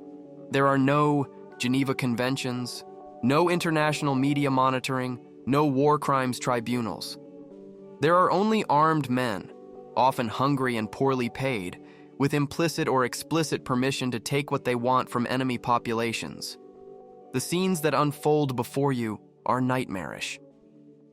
Barns are set on fire, destroying in minutes the months of work that would have ensured the community's survival the next winter. Animals are slaughtered on the spot or taken away, eliminating both immediate food and future means of livelihood. Houses are looted. Any item of value, even by the standards of the poor, is stolen. The violence against people is even more disturbing. Men who resist are killed without hesitation, often in ways meant to terrorize others. Women are raped, sometimes in front of their families. Even children are not spared from the violence, whether directly or as witnesses to atrocities against their loved ones. There are no NGOs to document abuses, no peacekeeping forces to intervene, no safe havens for refugees. The most shocking fact for your modern sensibility is how all of this is seen as an expected, almost normal part of the natural order. Medieval peasants do not expect war to be civilized or for soldiers to respect their rights. Such concepts simply do not exist. War is understood as a catastrophe similar to a natural disaster, something to be endured and survived, not something to be protested or for which to seek justice. Even if you escape the initial attack by fleeing to the forest, as many villagers did, the dangers merely transform. The medieval forest is not a safe national park. It is a wild place full of its own dangers. Without proper equipment, survival training, or detailed knowledge of the local terrain, your chances as a modern person are especially precarious. After the invaders leave, the survivors face an almost impossible struggle. They return to burned-out homes, empty barns, and possibly contaminated wells. There is no FEMA, no Red Cross, no post-war reconstruction programs. No insurance, no emergency loans, no humanitarian aid. Just empty hands, broken hearts, and winter inexorably approaching. Disease often follows war like a relentless shadow. Poorly buried bodies contaminate water sources. Malnutrition weakens the immune system. Untreated wounds become infected. Displaced populations carry and transmit pathogens to new areas. Without antibiotics, vaccines, or even the basic theory of germs, post-conflict epidemics often kill more than the initial violence. The psychological aspect of the trauma is perhaps the most alien to your modern mind. There are no trauma counselors, no therapy for PTSD, not even the vocabulary to process what has been lived. Survivors carry their horrors in silence, incorporating them into their worldview as another proof that life is brutally difficult and often short. Children who witness atrocities do not receive psychological intervention. They are simply expected to move on, carrying invisible scars for the rest of their lives. For those in positions of power, war is often a calculated undertaking, a way to expand territory, resolve dynastic disputes, or simply demonstrate power. For the common peasants, it is just senseless destruction, another face of the endless struggle for survival. And this is without even considering large-scale wars, the Crusades, the 100 Years' War, countless dynastic conflicts. These prolonged wars could mean generations living under the constant threat of violence. Some regions were so frequently contested that they barely knew peace for centuries. As you watch the survivors begin the painful task of rebuilding, gathering charred wood that may still be useful, searching for hidden tools that escape the plunder, comforting traumatized children, you understand one more reason why you would not survive in this world. Your expectation of personal safety, your fundamental belief that violence is the exception rather than the rule, your assumption that there are systems to protect the innocent, all of this would be shattered in a single day of medieval warfare. Violence here is not a crime to be punished, but simply an aspect of existence to be endured, like the weather or famine. And you, a product of a society that, despite its flaws, has built layers of protection between its citizens and naked brutality, are completely unprepared for this fundamental aspect of medieval reality. Part 2: The inviolable power of faith. As the village slowly recovers from the attack, you notice something surprising. Despite the devastation, the loss of loved ones, and the destruction of vital resources, one of the first structures the survivors begin to rebuild is not the barn or the mill, but the small wooden chapel at the community's center. This priority reveals something fundamental about the medieval mind that your modern sensibility initially struggles to comprehend. For these people, religion is not a personal choice or a weekend activity. It is the very foundation of reality, the explanation for everything from the birth of a baby to the destruction brought by war. The medieval world is, above all, an enchanted world, not in the romantic fairy tale sense of modern fantasy, but in the literal sense, permeated by active and present supernatural forces. God, angels, demons, saints, spirits, these are not theological abstractions or metaphors, but real entities constantly intervening in human affairs. The medieval understanding of the cosmos is radically different from your modern scientific view. The physical heavens above, the sun, moon, stars, planets, are understood as part of a divinely ordered universe where celestial spheres revolve around the earth, moved by angels. Comets, eclipses, and auroras are not natural phenomena with scientific explanations, but divine signs intended to convey specific messages to humanity. The church dominates not only spiritual life, but also marks time. Without widely available mechanical clocks, church bells divide the day into periods of prayer. The year is structured not around secular holidays or vacation seasons, but around the liturgical calendar. Advent, Christmas, Lent, Easter, Pentecost, and countless saints' days. This marking of time has immediate practical consequences.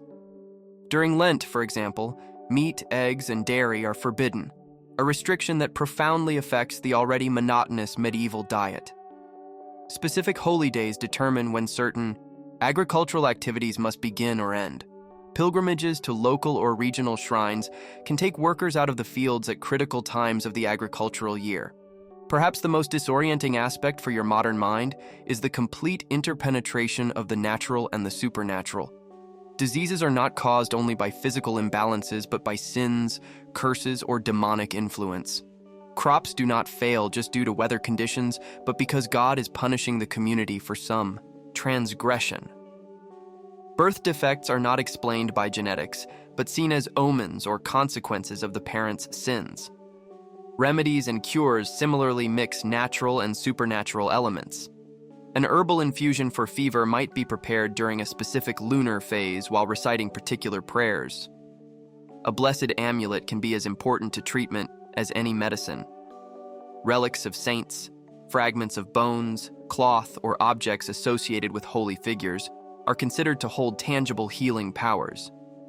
The line between official religion and popular superstition is often blurred. Although the Church formally disapproves of certain pagan practices, in reality, many pre-Christian traditions persist, disguised under Christian terminology. Holy wells, once dedicated to pagan deities, are now associated with saints. Ancient seasonal festivals are absorbed as Christian saint celebrations. The fear of the supernatural is constant and visceral. The devil is not a distant metaphor, but an active predator, seeking souls. Demons can possess people, animals, or places. Witches, people supposedly allied with demonic forces, pose terrifying threats to the community. A ruined harvest, sick cattle, or an unexplained illness can quickly lead to accusations of witchcraft with potentially fatal consequences for the accused. Angels and saints offer protection against these evil forces, but this protection must be constantly cultivated through prayers, offerings, and pious behavior. Images of patron saints are displayed in homes and workshops. Blessed medals are worn for protection. Specific prayers are recited at particular moments of danger. The concept of coincidence almost does not exist in the medieval mind. Seemingly random events are interpreted as significant, imbued with divine or demonic purpose. A raven landing on a roof, milk inexplicably souring, a child born with an unusual birthmark. Everything can be interpreted as an omen or a sign to be decoded. The dead remain much more present in daily consciousness than in your modern society. Deceased souls are actively remembered and prayed for, not just for the emotional comfort of the living, but because such prayers are considered literally helpful for souls in purgatory. Ghosts are not Halloween entertainment, but real visitors from the afterlife who can bring warnings, request prayers, or haunt the living to resolve unresolved sins. This belief system might seem limiting to your modern mindset, but it also offers something that your secular society often lacks: a coherent universe where everything has meaning. Nothing is truly random or purposeless. Suffering, however terrible, can be understood within a larger cosmic narrative of sin, redemption, and eternal salvation. For the medieval peasant, the certainty that there is a divine plan, that good deeds will eventually be rewarded, if not in this life, then in the next, and that evil will ultimately be punished, provides a framework for enduring the countless hardships of life. The promise of heaven is not a theological abstraction, but a concrete hope, sustaining them through famine, disease, and loss. At the same time, the fear of damnation is equally tangible. Hell is not a metaphorical concept, but a literal and terrible destination awaiting sinners. Demons are not psychological symbols, but real torturers, eager to drag souls to eternal torment. This constant fear shapes behaviors and choices in ways that would be almost incomprehensible to your modern sensibility. The Church dominates every stage of life, from baptism, considered essential to prevent unbaptized babies from remaining forever in limbo, to the funeral rites necessary to ensure the soul departs properly. Every important transition is overseen by religious authorities. Marriages, to be valid, require the church's blessing. Even planting and harvesting dates are often determined by religious festivals. For people raised in modern secular societies, this complete fusion of religion with every aspect of life can seem suffocating. Your expectation of spiritual privacy, freedom to question, or even the right to doubt would be completely alien to the medieval mindset. Atheism as you know it would be almost inconceivable. Not just heretical, but literally incomprehensible to the medieval mind. As a modern person temporarily transported to this world, you would constantly betray yourself through your lack of religious knowledge and secular reflexes. You would not automatically know when to kneel, what prayers to recite, or which saints to invoke for specific protections. These failures would not just be seen as social gaffes, but as potentially dangerous to the entire community, possibly inviting divine wrath. As you watch the villagers gather for a mass of thanksgiving for the survivors, singing Latin hymns they do not fully understand, but know by heart since childhood, you realize yet another dimension of your unsuitability for this world. It is not just your body, unprepared for physical labor or your lack of practical skills. It is your modern mind, trained to seek natural explanations, value skepticism, and critical analysis, that would make you not just a stranger, but potentially a danger to the medieval community. The priest, speaking of how the attack was a trial sent by God to test the community's faith, offers comfort that would be toxic to your modern sensibility, but is genuinely consoling to his listeners. In rebuilding the chapel before even securing adequate food, you see not an irrational inversion of priorities, but an expression of a worldview where spiritual protection is as essential to survival as bread and shelter. In your world, you would seek comfort in scientific explanations, rational understanding, and technological solutions. Here, these concepts not only do not exist, but would be viewed with deep suspicion. And while you silently question the logic of thanking God for the survivors of a tragedy he supposedly allowed, the villagers around you find genuine solace in their unwavering faith. This epistemological abyss, this fundamental difference in how knowledge and truth are understood and validated, is perhaps the final blow to your chances of survival. Your body might, over time, adapt to the physical labor. Your hands might eventually acquire the necessary skills.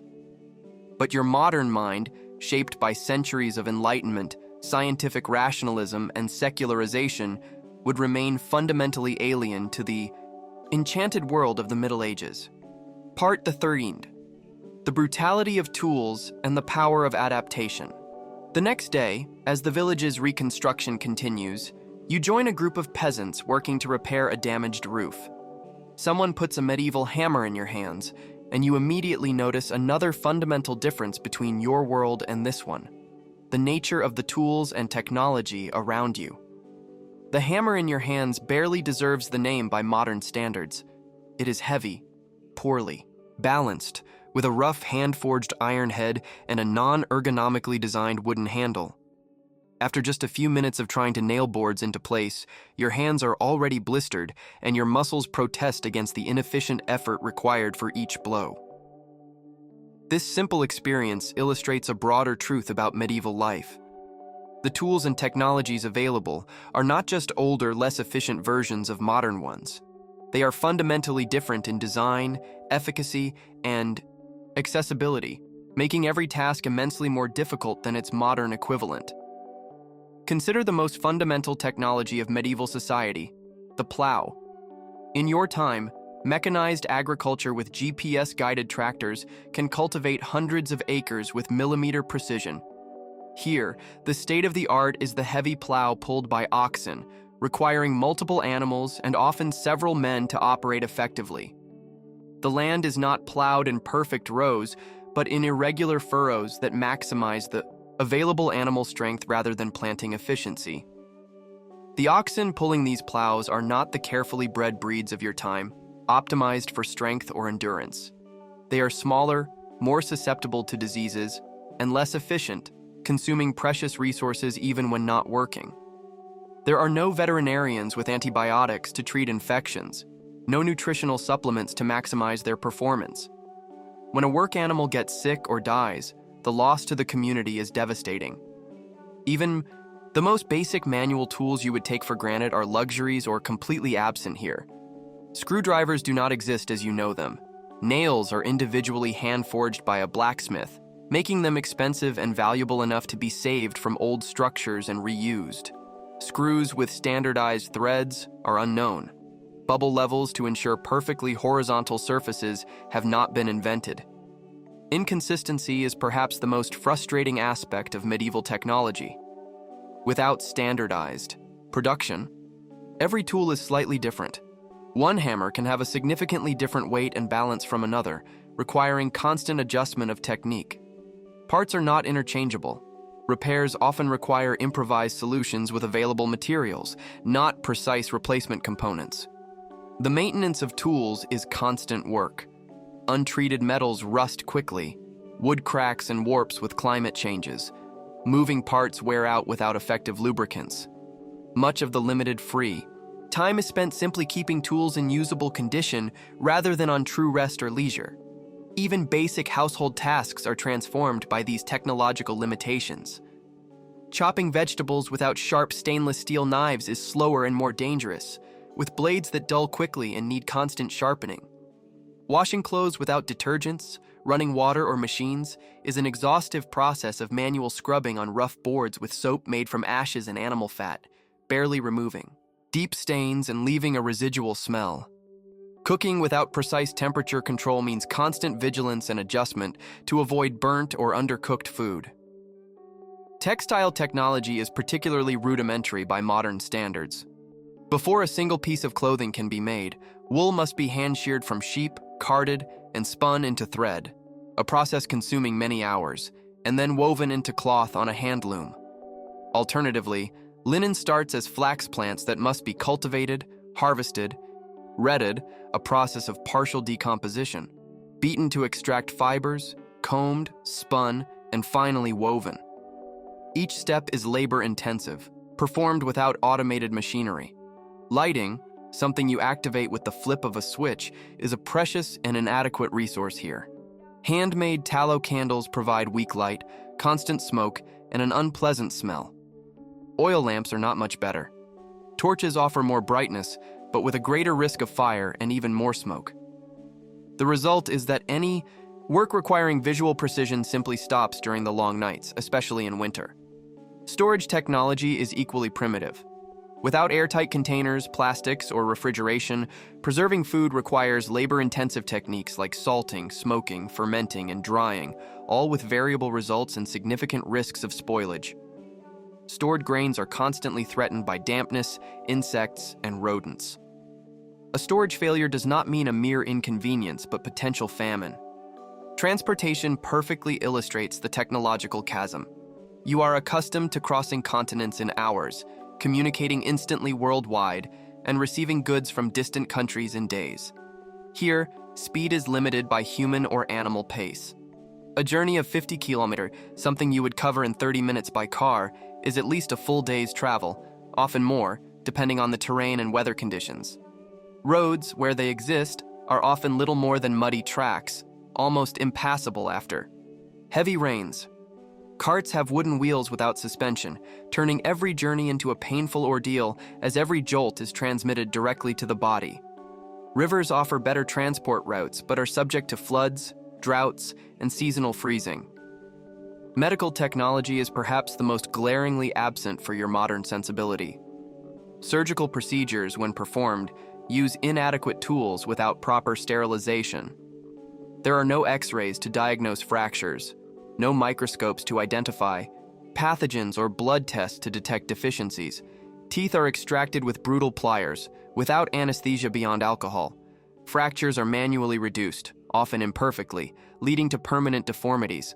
The psychological impact of these technological limitations is profound. In your world, you expect problems to have solutions, tools to work as advertised, and tasks to become progressively easier through innovation. In the medieval world, there is a fundamental acceptance of the inherent difficulty of life, an understanding that struggling against limitations is a permanent state. not a temporary phase before a solution. Creativity and ingenuity still exist. Medieval people were by no means less intelligent than modern ones, but they are directed at incremental improvements within severe constraints, not the kind of revolutionary leaps you consider normal. A medieval artisan might dedicate a lifetime to perfecting a process that reduces the manufacturing time of a tool by 10%, a significant advance in their context, but almost imperceptible by modern metrics of efficiency. The transmission of knowledge is equally limited. Without standardized manuals, instructional videos, or online forums, skills are learned through long apprenticeships, direct observation, and trial and error. Crucial techniques can be lost when master artisans die before fully passing on their knowledge. The reinvention of already discovered solutions is common in geographically separated areas. You struggle with the poorly balanced hammer, trying to hit a hand-forged nail into a rough, uneven board. An older peasant gently takes it from you and completes in minutes the task you could not.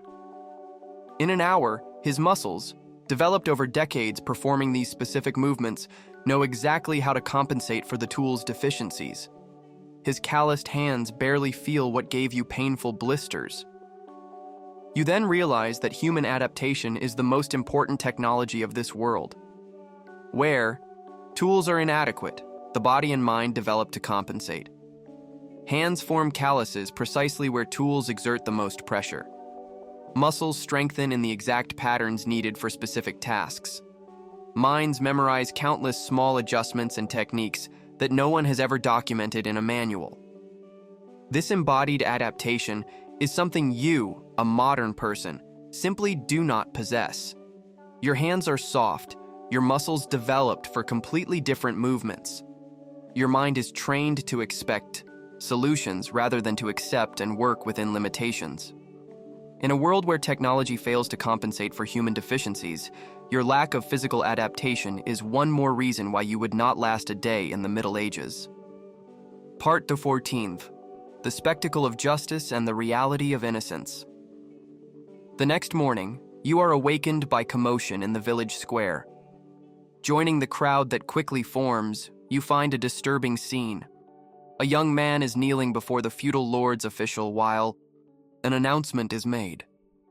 The young man was caught stealing a bag of grain from a neighbor's barn during the chaos following the recent attack. What follows is your introduction to the medieval justice system, a system so alien to your modern understanding of rights, due process, and humane punishment that you can barely process what you are witnessing. In your 21st century world, you are accustomed to a legal system with professional police, trained lawyers, impartial judges, jury trials, and prisons as the primary form of punishment. Innocence is presumed until guilt is proven. Evidence is meticulously examined, and punishment aims to be proportional to the crime. In the Middle Ages, almost none of these elements exist. There is no dedicated police force. Minor village crimes are handled by the local council or the feudal lord himself. More serious crimes fall under the jurisdiction of manorial, ecclesiastical, or royal courts, depending on the nature of the offense and the status of the parties. The investigation of facts rarely involves detailed inquiry or forensic analysis. Confessions, often obtained under coercion or torture, are considered irrefutable proof. Testimony from individuals of higher status carries more weight than that of lower status. The defendant's prior reputation can be more important in determining the outcome than any specific facts of the case.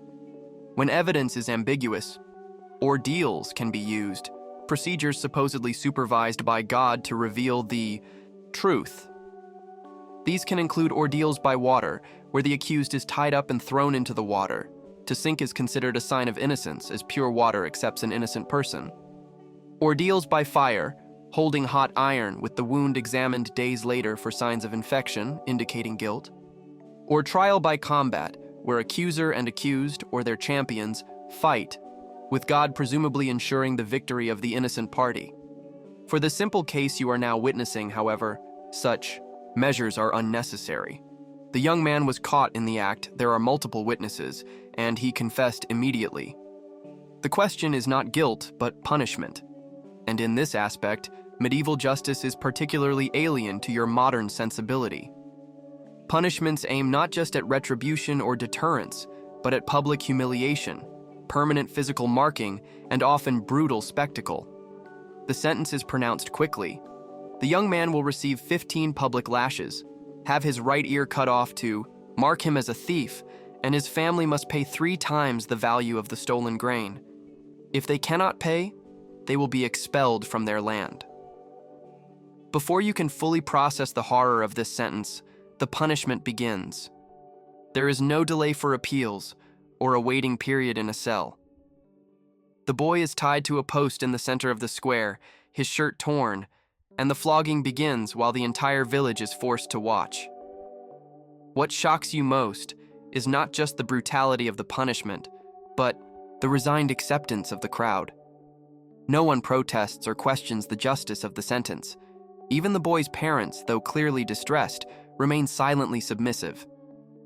In your world, such punishment would be considered cruel and unusual, a grotesque violation of human rights. Here, it is just the natural order of things. As blood streams down the young man's back and his screams echo through the square, you begin to understand another dimension of medieval life that makes your survival almost impossible. The complete absence of legal protections that you consider basic. In the Middle Ages, the concept of rights as you understand them simply does not exist.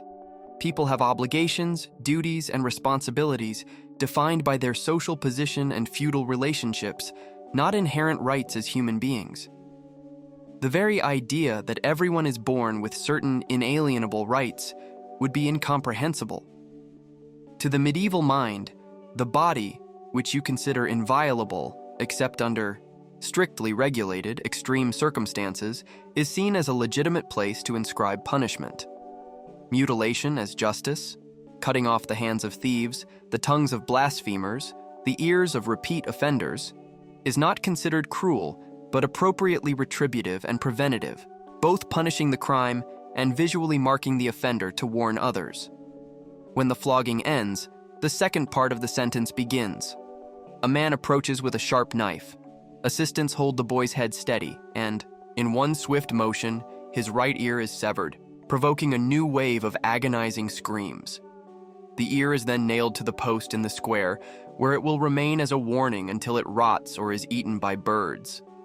The severity of the punishments is partly explained by the absence of prisons as long-term correctional institutions.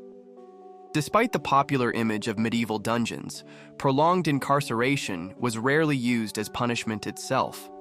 Prisons existed mainly to hold people temporarily until trial, punishment, or debt payment. Keeping prisoners long-term was simply too expensive and impractical. Instead, punishments tended to be immediate, corporal, and conclusive.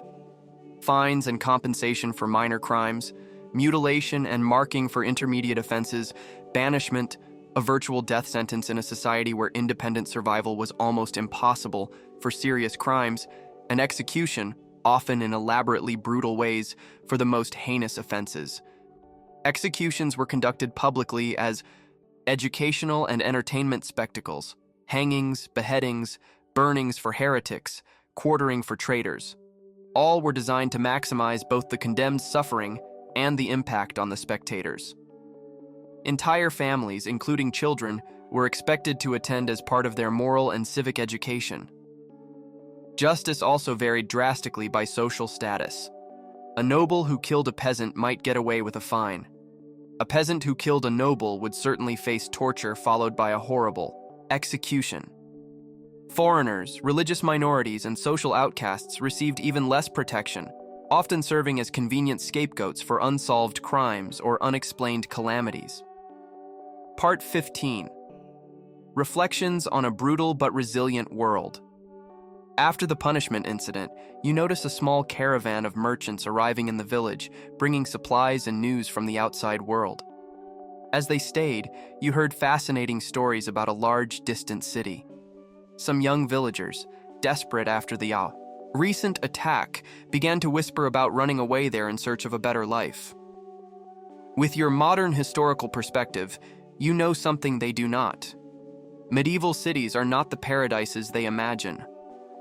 Approaching one, the first thing that would strike you are the high walls and guarded gates. To enter, you would have to pay fees and convince the guards that you pose no threat. Inside, your senses would be assaulted. The smell would be unbearable. Human and animal waste, foul tanneries, blood from slaughterhouses. The streets are narrow, muddy, and chaotic, with no sidewalks or lighting. At night, the danger increases, and violating the curfew can mean imprisonment. Houses are cramped, built vertically, often of wood, a constant fire hazard. Water is scarce and contaminated, and diseases spread quickly. Urban life is just as hard as rural life, just in different ways. The young villagers dream of freedom, but without skills or money, they would end up as exploited laborers, beggars, or criminals. You also observed how children live here. A 6-year-old girl takes care of a baby alone while cooking. An 8-year-old boy handles a scythe like an adult. In the Middle Ages, childhood as we know it does not exist. Children are integrated into work from an early age, exposed to constant dangers. Infant mortality is high, and parents, though loving, need to be practical in a world where survival is uncertain. Death, in turn, is a constant presence. When an elderly woman in the village dies, her body is washed and watched over at home, with the community actively participating in the ritual. Burials are quick, and mourning is a collective, not an individual process. Mortality is so frequent that people live with a keen awareness of finitude, something that in your time we often avoid thinking about. Living here has made you realize how much modernity protects us. Clean water, medicine, safety, and prolonged childhoods are unimaginable luxuries for them. While the villagers dream of the city as an escape, you know that no place in this time offers the safety and comfort we have today. And in the end, you realize that even with all your knowledge, you would be as vulnerable as they are, or even more so. Medieval life is brutal, but it also shows how people find meaning even in adversity. And that makes you value the invisible privileges of the modern world even more. Final reflection. You have come to the end of your first day in the medieval world. You are exhausted, dirty, sore, and hungry, but you are alive. In this time and place, that in itself is a remarkable achievement. You emerge from this experience as a fundamentally different person, physically and mentally tougher, with a new perspective on life and death. For a brief moment, you lived a history that was not just a story, but a reality, a brutal testament to human resilience and the immense value of a single, simple day. You have survived. But now, it is time to return to your world and to think about what you learned. This is just one of many forgotten stories. Continue the journey with us to discover more about the past,